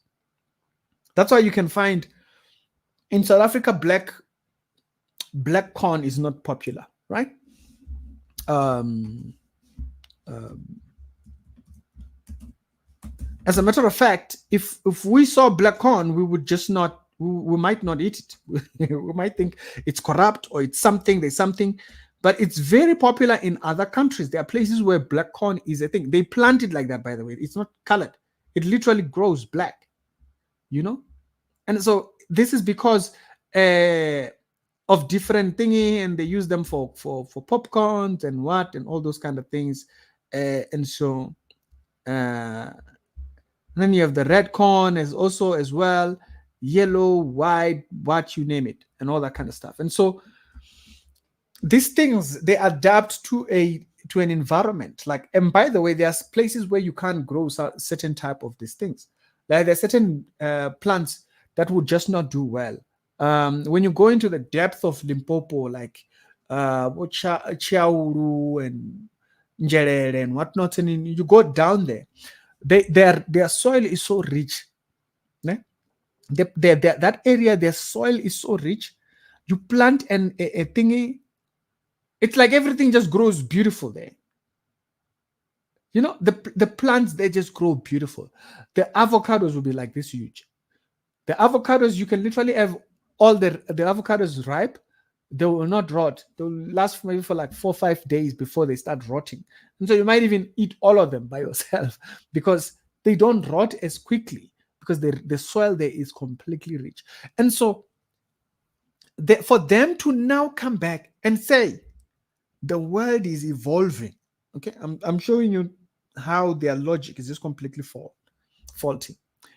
The world is dying out because now we don't have all the other versions of corn that we used to have, or whatever type other corns that we used to have, and all these things. So what they're doing is they're putting the world outside of God's thing. Yes, the world is falling. It's in its fallen state. Yes, we completely understand that, right?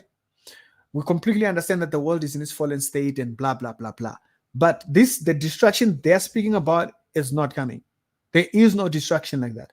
The only time when that destruction actually comes, they will use these policies. They will use these ideas and agendas of global warming to justify what happens. Okay? So when the world starts going crazy, they will blame it on global warming, and they will have, you see, we've told you that this stuff was coming. Well, as it's not even the case. When it happens, it's because God's judgment is upon the world. And so that for me is diabolic.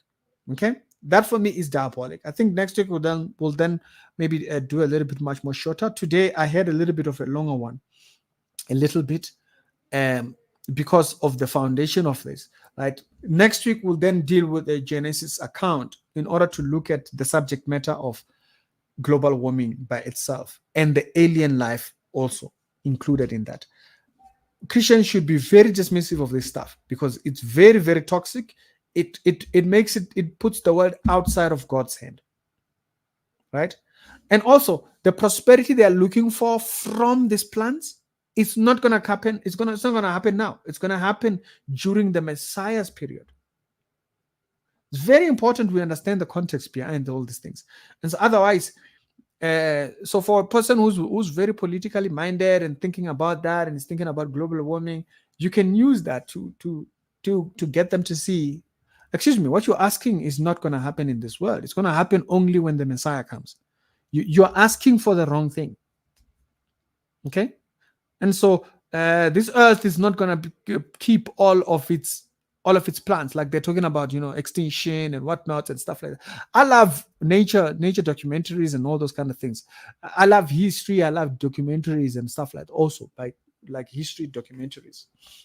I think there was a period where I think I spent like 6-7 months just studying the Nazis and stuff. And you look at like the way they built the ideas of eugenics and the kind of politics that existed by that period that allowed them to use eugenics. And I explained the other time, Hitler's ideas would have never taken off had the system not collapsed. The system was in a collapse mode. During prosperity, Hitler's ideas would not. Because Hitler was a politician way before that. But his ideas were not taking flight because the country was doing well. So the moment the world fell into a depression, they were starting to have economic problems, Hitler's ideas lashed on. That's why I say people like Julius, they're very dangerous because their ideas, their radical ideas, they take off when economies do terrible. So don't look at what's happening right now. They're not winning. Looks like DA might be taking over. All it takes is a crisis, and the ideas of Julius would be very much appealing. That's all it takes. So those stuff is very dangerous. All right. Oriental Saints leadership.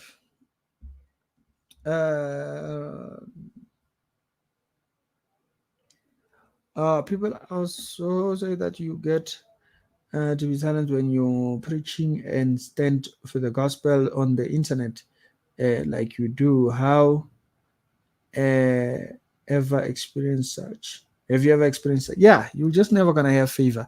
I lost sponsorships because of that. Lost sponsorships, and so because sponsors they just don't like the dramas and whatnot and stuff. And so when things like that happen, they pull out. They pull out, and so you will never have it easy there. It's almost discouraging, as a matter of fact. And so you'll just never have it. That's why I stick on doctrine, because on doctrine you have a ground by which you can defend your thing. And so acceptance, yeah, but personally I don't care so much to go around shaking people's heads. I'm not um, i'm not interested in that. I've passed that phase. I think that was my high school phase of trying to navigate what other people thought and what just kind of got over that. uh Once you do ministry, you have to really think about what the truth is. What is the truth here? you know and so you might see me with someone that I completely disagree with. uh the basis of me being able to talk to them is that they understand what I disagree with. That's the base.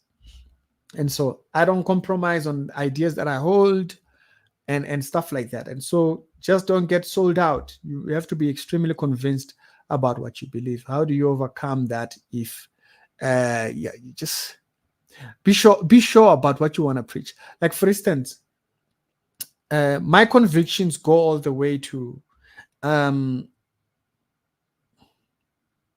I believe the things that I'm speaking about are very much rooted in the Bible, right? So there are stories that I don't report on. So sometimes I don't think it's necessary, or there are subjects that I don't talk about that I just don't feel they have any point, or they don't drive to anything. The things that I'm more concerned about are things that actually affect fellowship and doctrine. These are two things. Like, if you see all my episodes, they're always about something to do with that: fellowship and doctrine, whether it be fellowship with God or fellowship with the body. So when you have an unfit leader, or a leader who's abusing his power and all that kind of stuff, that affects fellowship. And then also when you have a worldly person who wants to please the world, and like the lady I was speaking about yesterday, you know, if you look at the comment section, you will see that a lot of Christians are very carnal. A lot of them is very carnal people, you know. And so people like that, I could not be bothered when they be there just talking nonsense. Like, I saw today on today's morning episode, they were there, you are saying what, and I'm like, what are these people talking about? The comments that you read there have nothing to do with what I'm talking about, or even something that I've even said maybe in the past. It is nothing. It's like they've just made up these ideas, you know. And so I don't know if they think maybe because I have too many episodes, I don't know what I've said about those particular things. And I'm like, are you dumb, bruh? And so, like, if you check the earlier episode, I think the Kaya episode, so they're like, oh, you are here is your favorite. And I'm like, who? Kaya is my favorite. This guy is delusional. But they are hoping that I have a positive video because I'm commending him about their church, and think, no, you're missing the point. You're completely missing the point. As a matter of fact, I've been extremely critical of Kaya's ministry stuff. Okay. And so, but they don't think about that.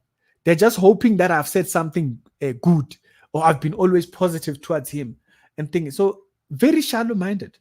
They're very, very shallow minded. So you have to, at a point, know what truth you stand on. Otherwise, you buckle. You know, you'll be like that lady, Kate. What's her name? The lady that went apologizing for gay people. Like, what are you doing that for? What does that say? You know, like, I can understand when a person has a legal case and they are made to apologize, because at that point you might not be able to win that, right? So I understand having to deal with that and say, you know what? Okay, I said this. It doesn't change your biblical position, but you're apologizing on the basis that it dismisses the case and stuff like that. And so I could understand that. But when you're going out on record in that manner, where there's nothing a threat, just a reward, they're coming to give you an award. No, you sell out. So you have to be very convinced biblically about what you're saying. Otherwise, like, I'll say this, like, I'll be here criticizing Moja Love for this, and then they come and they say, oh, okay, we want to do this. Yeah, I'm not, doesn't change what I said. You know, Yeah, what I said, yeah, I still stand on that. And so I doesn't dismiss if I criticize their shows. I say this is rubbish. This is nonsense. This is nonsense. They come here and they say, hey, we want to do a show on Christian. Okay, let's talk about that. You know, but doesn't change my position on them pushing terrible, ridiculous shows. And so you have to be very convinced, and you have to be very clear about those convictions. And so otherwise you buckle at everything, you know. Leadership, are we under siege? And I've read in the Bible about uh under siege, and in the Bible I am not yet. Not yet. There are countries which are, there are countries where countries that get taken over by Islam. Unfortunately, they just completely fall, and they fall out of the news. By the way, because you have to understand the two most, there's actually the three most powerful uh, positions in the political space or in the media space. It's Islam. It's LGBT. Um, what is this other one? So Islam, LGBT, Jews. These three topics. Because remember, in the early periods, um, the Jews were restricted from many other industries, and so they went into the industry that people were not interested in. Little did they know that it was almost like it was just set that those industries would become the most popular industries, like finance and whatnot. They went into those industries because those industries were not the most popular, and they were not restricted in those areas. And little did they know, bankers would become the thing, you know. And so that's how the Rothschilds became what they are. That's how the Kennedys, that's how they became what they are. That's how all these media Jewish families rose, is because the media was looked at very lowly. You know, advertising was not a thing. You look at adverts back in the thing, you had to buy advertising in television into a TV show and stuff like that. And what that was not the most popular advertising. The most popular mediums were postal mediums, right? So you study like the 50s and so forth, all the way down. Postal was very popular. The internet was not a thing. It was either magazines and newspapers, and these were the most highest selling forms of media. Television was not so majorly taken, so they didn't erect a lot of agencies in that space. The Jews took over those agencies because those are the areas where they could easily thrive and build a business. But then what they did not anticipate was the revolution of the success of ending of the war. When the end of the war of the Second World War ends, and the Jews go back to Israel, they start advancing themselves within all these other areas. And television is becoming an outlet. The prosperity has started coming. Television companies start establishing. By television companies, I mean there was more sophisticated television shows in the 50s and in the 60s, and these were based off of culture of the period, right? And so these then like the family shows that were very popular in the 50s, right? So these were because families were so broken down by the war. There was such a departure from family. And so when the family shows started coming back, Leave It to Beaver and whatnot, and all those shows, um, a lot of the shows that started evolving out of that, they were very much family oriented or work oriented, right? So Car 54, there's a show called Car 54, is one of my favorites. It's two police officers that are going on different routes and solving people's issues and stuff. You come into the period when the television era becomes popular in South Africa or in other countries. Look at what was sold in the beginning. Like, you look at shows like, actually there was an episode I was planning to do on the 9 to 5. Has a very funny show. It was going to be a very funny episode. But you look at Umzinwe Zinsizwe. What was Umzinwe Zinsizwe's show? What were they selling? They were selling how our world fits with them, with the city modern world. That's it. Like if you look at that story, it's talking about people coming to a place of success or trying to survive. That's the whole show. Like if you boil it down to nothing, that's what Mzinwezi Nsizwe was. And so it's someone getting a job or someone getting scammed, doctors and private doctors and interaction with sex education, introduction of condoms, diseases, transmittable diseases. And so why were they having this thingy? You know, I remember actually like last year, I think I went back and I was watching some of the episodes of the old TV shows. If you look at the TV shows, they were trying to sell us into the success of the city or the success of going into the city, right? And those TV shows became extremely popular. And guess why? That's why the villages have, like, if you go back into the village, yes, the villages are advancing and whatnot, but everybody still wants to go to the city. And so they sold us on the city on those shows. You see the struggles that everybody is going through. There's a chance of success, there's a chance of no success and stuff. So they used these mediums as a way of selling work life, right? And this work, it was very representative of what was happening by the period also. People were going into the cities, people were moving into cities in order to. So the TV shows of that period were just basically that. Like, look at television shows right now. Why are the television shows so boring? Think about it. Because the television show thingy, it's about one thing. It's not necessarily it's not an overall of a family life or whatnot. It's almost about one aspect. Like, a show like the Office, it's just about office work. These people have no work outside. It's just work life. That's not a representative of where people are now. It's not thing you used. There's a show called Young Sheldon, right? It's based off of the Big Bang show. There's one particular character they split off. They had a very successful show called The Young Sheldon. Now, Young Sheldon is navigating through the 50s and the 60s when he's growing up. And so he's this kid who's exploring the world through the lens of science. Basically, he goes to church, he applies science. He goes to the world, he applies science.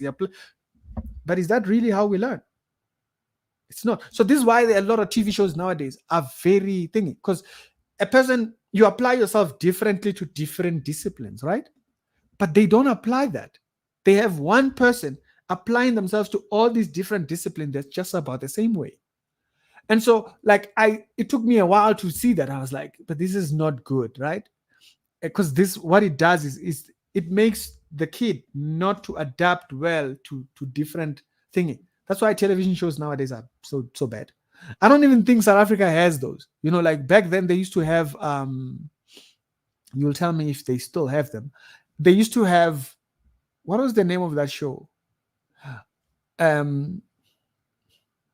I'll give you one example. There was the show, Scoot is Nice. Scoot is Nice is about one character, right? Yes, there's all these other people around him, but it's about one person and how he cheats his way around life. That's all it is. And so I remember when I was rewatching it and I was like, it's fascinating how they can show so much about one character. And shows like that, he doesn't use many tea bags. He has one set of bad tea bags, used tea bags, and he uses those tea bags over and over. Whenever he actually gets another tea bag, it's almost like it taught people struggle. That's why there's so much materialism in South Africa, because when we grew up on television shows that told us you're gonna struggle, and we accepted the struggle. But then now, all of a sudden, we're better than the struggle. We're better than the struggle. You have the forex traders, you have the what, all these kids. And so where does that come from? Because they never grew up on this type of TV shows. We grew up with those TV shows that showed us the struggle.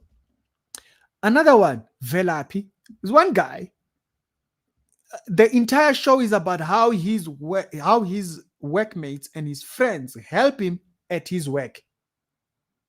That's all it is.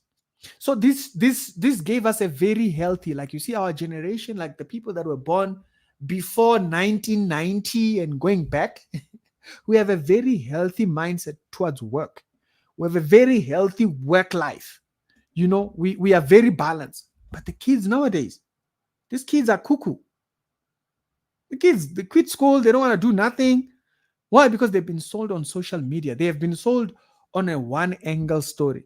So notice then, how do you navigate through that world? Information overload. That's me over analyzing things. But if you think about, go back and you look at all the TV shows that we used to have. Nkusheng. Remember that show? Nkusheng? This guy who's dealing with a very toxic relationship, and then his mother is constantly getting involved and whatnot, and they're fighting and what. I watched that show. I watched that show. I think I only managed to watch like 6 episodes. I was like, wow, this was a very toxic show. It was a very toxic show. I'm a glue, something like that. There was this kid show that used to play, and it was kids in overcoming challenges. And nowadays they talk about depression and whatnot. Nah, man. And so the media space has made people weak. The world has made people weak, subjected to weakness. The television show we watch, weak. So everything is just deterioration. We love deterioration, man. But the TV shows that we had back then, they kind of prepared you.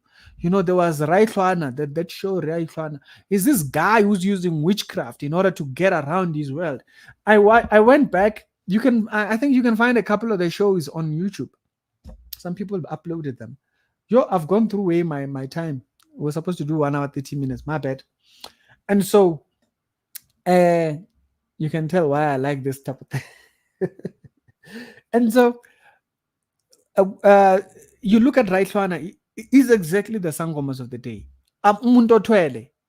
So Raitlwana is this guy.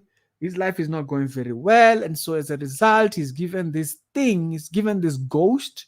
He's given this creature to benefit his life, and he doesn't just use it for that. He uses it to oppress others, the people that he doesn't like.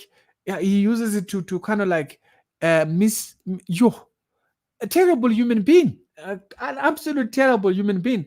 And guess what? That's kind of like the space in which we are right now. It's just everybody using everybody. It's a very narcissistic show, basically. But think about Sintaulele, all those type of shows. They had a very romantic fashion to them, and they had a very romantic narrative towards them. You kind of like rooting for one or the other or whatnot. These funny, weird dynamics of relationships. And so some of these shows that they used to write in the 90s, like if you go back and you look at them, yes, it's people coming to the city or whatnot, but then how to interact with the city and the sick lifestyle that they meet there, the dynamics of the family, work life, or it might be just a show. There was a show that used to, I forgot the name of the show. I used to love the show, by the way. It was of a priest. Now it makes sense. I was not even religious that much there back then, but there was a show about a priest that used to own a church. He was a very good preacher, helped the society, helped the community, abused families. He used to help. That show, I still don't remember the name of that show. If you do know it, do tell me the name. I want to see if I can find it. There was a show like that of a priest, and I'm trying to remember the name. I just don't remember it, but it was very popular in the 90s. I remember because I was in primary by that time. Purpose-based type of things. Purpose-based type of TV shows. Nowadays, there's depression. We are sick. What? Baby mama. Yes. Oh, Jesus. Baby mama. Baby mama stories. Anyways, guys, I think I'm gonna go. I'm gonna let you guys be. And so yeah, but we'll expand on the subject. But next week, I'll go the Genesis route, right? So today, I want to give the background of how they don't have a comprehension that what they see, what they deem as global warming, it's actually God's judgment, if you think about it. And so, someone is asking, I was part of the Universal Church where I got saved and got life in Jesus, and but I called for their cult, but I had so much faith and I gave in into all Jesus and asked the Holy Spirit, when I did what?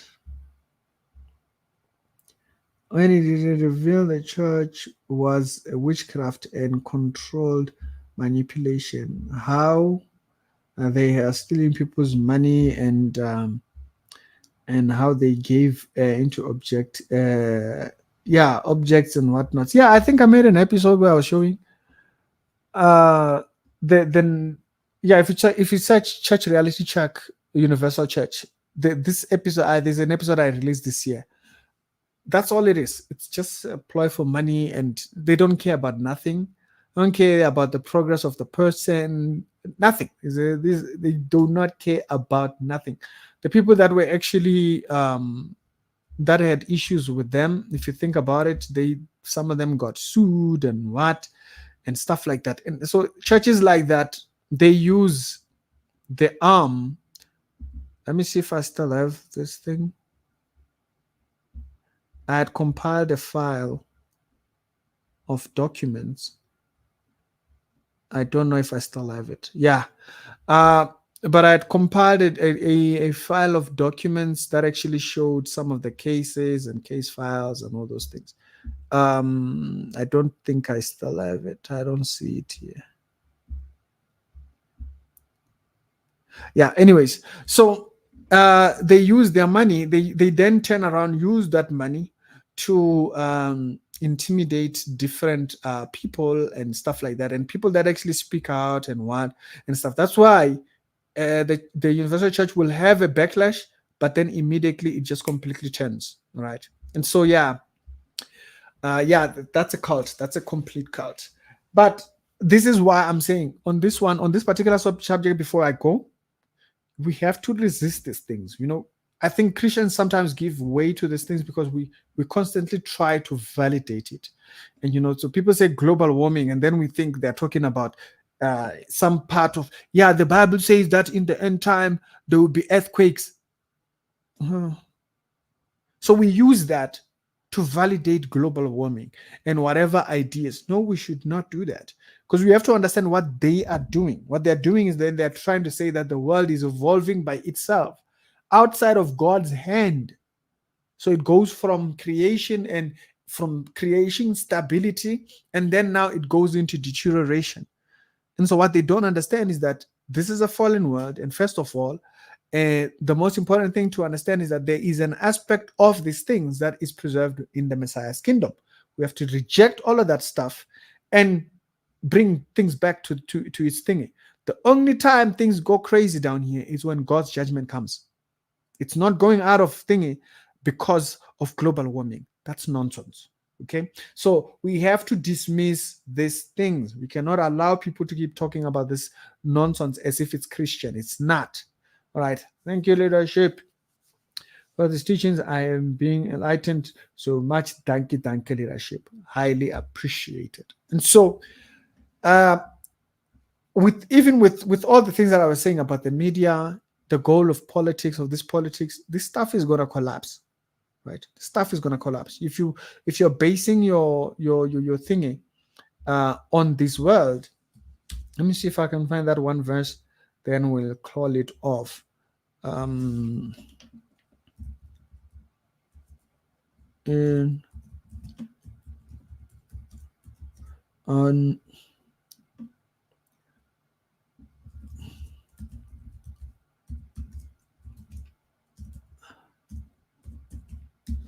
Let me see if I can find the Revelation verse so that you can see that system in its collapse, right?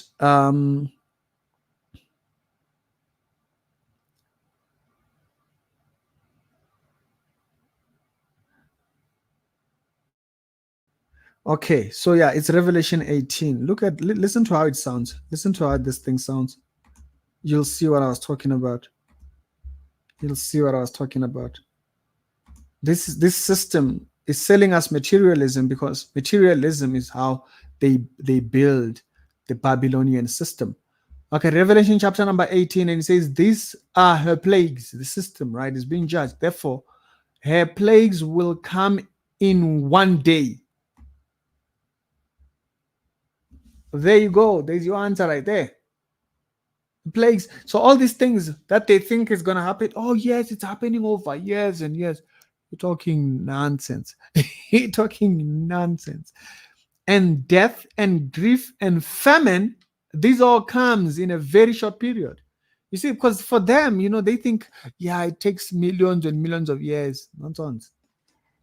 That's what they think. They think, oh yeah, it's going to take. No, he says, no, it will happen in one day. And he says the grief and famine, and says she will be consumed by fire. And so this thing of people cursing the system and all that, like the guy who was saying we must curse the curse, we don't do that. That was last week's stream. We don't do that. We must be very clear. The prosperity of the wicked continues to the end. Don't delude yourself. Don't be sold into that idea. Yeah, the wealth of the righteous of the wicked will come into the wealth of the wicked. It's in the Messiah's kingdom. It's not here. It's in Messiah's kingdom that whatever the world that they might have perceived to have, it's only realized in the kingdom what exactly that wealth is like. It's not like it's going to be handed over to you. That's a very carnal mindset. The things of the wicked here, if you read the Bible, it doesn't say that. It says that we actually lose everything. Okay, it says, for the might, by the way, we are not here. And that entire thing happens, we have already been raptured. He says, for the mighty is the Lord. For mighty is the Lord God who judges her, right? And he says, then the kings of the earth who committed sexual immorality and lived in luxury with her will weep and wail at her sight. Notice, it's not the middle class is completely crushed. There's literally the poverty and the wealthy. There's only two classes right there. That's it right there. That you see it.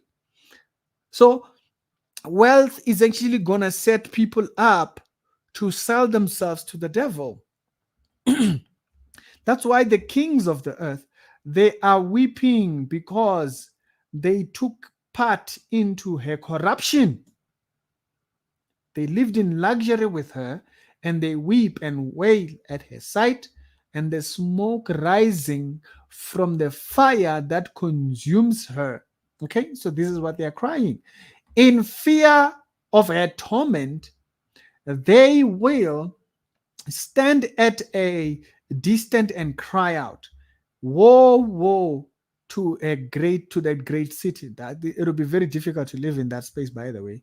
The mighty city of Babylon, for in a single hour her judgment thinking. And so it's very clear that by that period, the mark of the beast actually gives people the right to function in business. There's no middle class there. And I think a lot of Christians have never studied that. Like I said, I think we mentioned this in the discipleship class. The reason why a lot of these churches don't study end time is because end time dismisses the ideas. You're not getting the wealth of the wicked. You're not getting Mark Zuckerberg's wealth. You're not going to get that. It doesn't work like that. That wealth is going to keep him in that upper echelon. The middle class is going to be crushed. Now, let's be very clear. Christians are raptured and they are no longer here.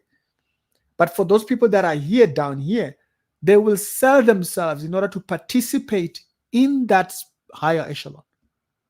That's where the mark of the beast gets given out. The mark of the beast, remember, it stops them from buying and selling. So you can't partake in business if you are. So next week, we'll then venture into that part. How this globalist agenda, this alien agenda leads people into selling themselves and giving themselves into the mark of the beast. We'll talk about that. Today, I wanted to talk about the corruption of the system and how it's taking us there. And so that's why I was kind of like highlighting things within history and what was happening over the years and how we were coming to a certain point and whatnot, the gender wars, where do they come from, the Miss Independent, that whole nine jazz, and right now where we are right now with all this entire chaos. This stuff, it's all meant to deteriorate. And so as it goes further into the period of the Antichrist, what ends up happening is that this system takes this entire thing over.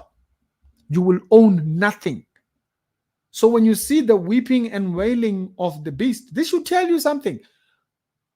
It's the business people, part of the Babylonian system. They are the ones who were living in luxury. So the people that are living in luxury by that period are people that have the mark and people that partook in the system. Because people outside of that, you are dying of starvation. That's why the Bible says he goes out to kill with famine. How? You don't have a right to buy. If they don't find you and kill you for not taking the mark, you are dying in starvation because you can't buy nothing. Unless you can hide. That's why the Bible says the church went into the wilderness. That's why God gives us all these entire world. There will be so many places to hide in the bushes, but you will not be able to hide out in the plain side. You will not be able to hide in the city. You will have to literally run to the bushes. That's your only survival. So this idea of luxury and wealth, it doesn't exist in that period. The only people that have luxury and wealth, no middle class, no lower class, no communism. There's only one system. And the people that benefit from it are people that transact with the system of corruption. And so materialism, you're just selling yourself into that. Okay. Yes, we're not saying people shouldn't enjoy money or whatnot, but because we are very clear that the period when this happens. And so I'm just showing you how does this thing end up. It ends in the enemy's hand. It doesn't end well. And so this wealth of the wicked shall be in that. You believe in nonsense. It's nonsense. It's garbage, man. Stop that. Outgrow that nonsense. Outgrow that childish thinking. Outgrow that stuff. That's just childish. It's completely childish. The system is literally going into the hands of the Antichrist. There's no two ways about it. Okay, the laws that they're crafting up, the things that they're trying to build towards, like right now they're building towards the crash of the dollar. Once we go crash to the dollar, the system literally falls straight into digital. That's why you have countries like the US. They're accelerating to trying to find an alternative digital currency because that will allow them to control transactions. Right? It will allow them to control all forms of transaction. They can literally just switch off your chip and you don't have any access to your thing. So they're trying to go digital, right? The card system right now is not just going to work consistently. They need to find another way in order to restrict payments and transactions. In a place where you can't even transact with people, you now transact with government. Now you see, like the whole thing that entire system will just literally fall into government. So you find maybe we come into a point where you literally just go and take products out of a shop and you transact with government, and government will send it over to them to eliminate the banks. That's what would happen in a system like that. That's the only thing that they would regulate that. Okay, because right now you can transact outside of having to interact with government or authority figures. And so for them to have a control of buying and selling, the system falls under government. Stuff gets sick. Stuff gets sick. And I think to a certain degree, that's why I'm starting this particular thing. The next subject, when we deal with that one, I'll explain all these other things about how does the Bible speak about our interaction with the earth and business, and how does the prosperity gospel actually fall outside of that. And so it's giving a fictional idea. Like there's a reason why he says people will fall for fables. When it uses the word fable, is because it's something that does not even give it, there's nothing to it. Prosperity gospel is fables. I've had people contact me who they say they are pastors. They wrote a book about prosperity. I'm not talking about that. I'm not talking about that. No, sir. Okay, we build wealth on our interactions with the world, or in our interaction with the system. Let me say, not the world. The interaction with the system.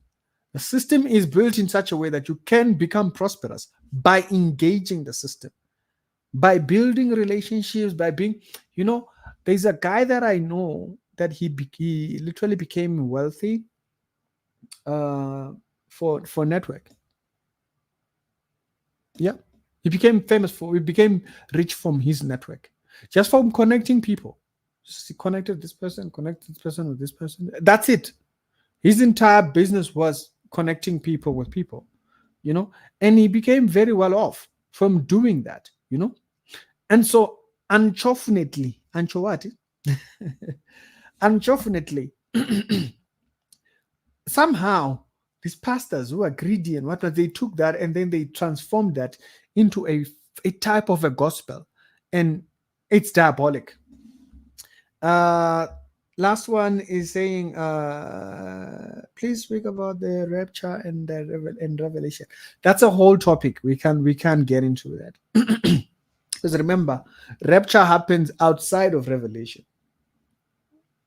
The rapture of the church is outside of the book of Revelation. The book of Revelation is now the end time calendar that leads towards the Jews finding redemption. The Jews, then like the nation, acknowledging God. This entire thing is about that. Which is why I've made entire live streams saying, be very careful when you see the war that is going on over there, and then you are there busy commenting funny things. Just leave that. Let that take place. God knows how they're gonna finish what they are doing up there.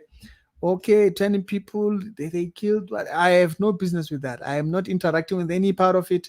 I don't even want to know it. I don't know how God gets them to win that war. He will do it. Should they keep messing with that nation, they will find they will find exactly what they're looking for. You don't mess with that nation. Leave Israel. Leave that nation. If all of you were to turn against it, I'm telling you, he will destroy you. You, your family, your uncles, every one of you. You will destroy you. Because why? That nation is set in the end time to be saved. The whole nation. And so this whole thing of them trying to divide Israel for Palestine, don't do that. That entire business, that it sounds nice politically, leave it alone. Because now the whole thing is Israel was not there. They had to even start the nation back up in 1948. My brother, that place was given to them. You don't like it, it's your problem. They were given it by God. They were not given it by, they were given by God. I would step out of their way. Just stay out of their way so that they can find their God. And so you hear pastors who don't know how to interact with that because they want to sound like humanly, like, like they have empathy. I have no empathy for Palestine. They have no business touching that nation. Leave them people alone. And you also take your comments, put them in your pocket. I've said that countless times, and I'll continue saying that so that you would be a little bit more diligent towards how you think about that nation. That one there, it's a missile. It's like sending yourself a missile. Because if you study the population of Jews that are in that area, it's a very small number. And so these people are constantly trying to fight this nation. And you think God is not going to, God will deal with you. So then they will come here, the Palestinians, they are a lot of tears. They'll come out here crying. No business with that. And so that's childish. Yeah, because we are much aware of the overall war that they are fighting. It's a spiritual one. And so leave that. Don't even interact with that. Don't even interact with those news where they're even talking about. Leave that alone. Don't have nothing to do with that. So the Revelation narrative, we can't get into it. It's a bit of a very lengthy one, but in Thessalonians, it's very clear there is a deception that comes because of their hatred of truth, it completely blinds them from seeing the Messiah that they would be willing to acknowledge another, right? And so, as a result of that, we get raptured. That's why a lot of churches that don't believe in rapture, they create problems because they think Jesus is coming back once. So they have a very twisted view on that. And so we can't get into that now. I think it's a little bit late. It's a little bit late. We can't get into that. But next week we can indulge that particular subject. Yeah, but we mostly just do this stream for 1 hour 30 minutes. I've exceeded it by 1 hour already, so I don't want to go any further by than that. So yeah, we'll do that next week. But next week when we do it, we'll start in Genesis to expand on the subject of how this globalization leads to the end time that we see in the Bible, right? So it's a whole thing. We'll do that maybe in the next 2 weeks. We'll do the second one and then the other one after that. All right, y'all have a good one. I'll see you next week. But the rapture one, remind me next week. Sister Kavile, so just come next week and remind me, and we will then get into that. But um, um, first, let's break down what's happening. Let's break down why this ideology. Let's break down the backbone of the ideology. The backbone of the ideology is to remove God from creation. And it's very clear when you read in Revelation, the Bible says that when the angels lift up their hold on thing, all hell break loose. So there's no hell that's breaking loose until the angels lift up their thing. So right now they have to put the world by itself. So this globalists, they have to revert to, what do they call it, evolution. They have to go into evolution in order to justify what's happening. So it's a whole thing. We gotta go through an entire thing. I'm not a biologist. I'm not a scientist. So I don't understand that. All I know is the Bible. So I only read the Bible to confirm the way of that a Christian should think about these things. This is nonsense. For me, this is nonsense. The entire thing of, even when I hear people prophesying aliens, I'm like, what are you talking about, prof? Are you watching Star Wars to that level? Relax, bro. The whole idea of aliens is fascinating because they just can't think of how big the space is just for us. So for them, it's like, this is too big for it to just be us. So that's why they have to create another being outside. Aliens, maybe they're out there, maybe they have another planet, whatnot, maybe they travel faster than us. Just nonsense. But we'll get into that next week. All right, y'all have a good one. Thank you very, very much. Highly appreciate you, and I'll see you later on. So next week we'll start it back from Genesis, continuing further. All right, so be there early a little. I'll start it exactly at 7. Today I started at 7:30, just like last week, but next week we'll try and start it at 7 exactly. All right.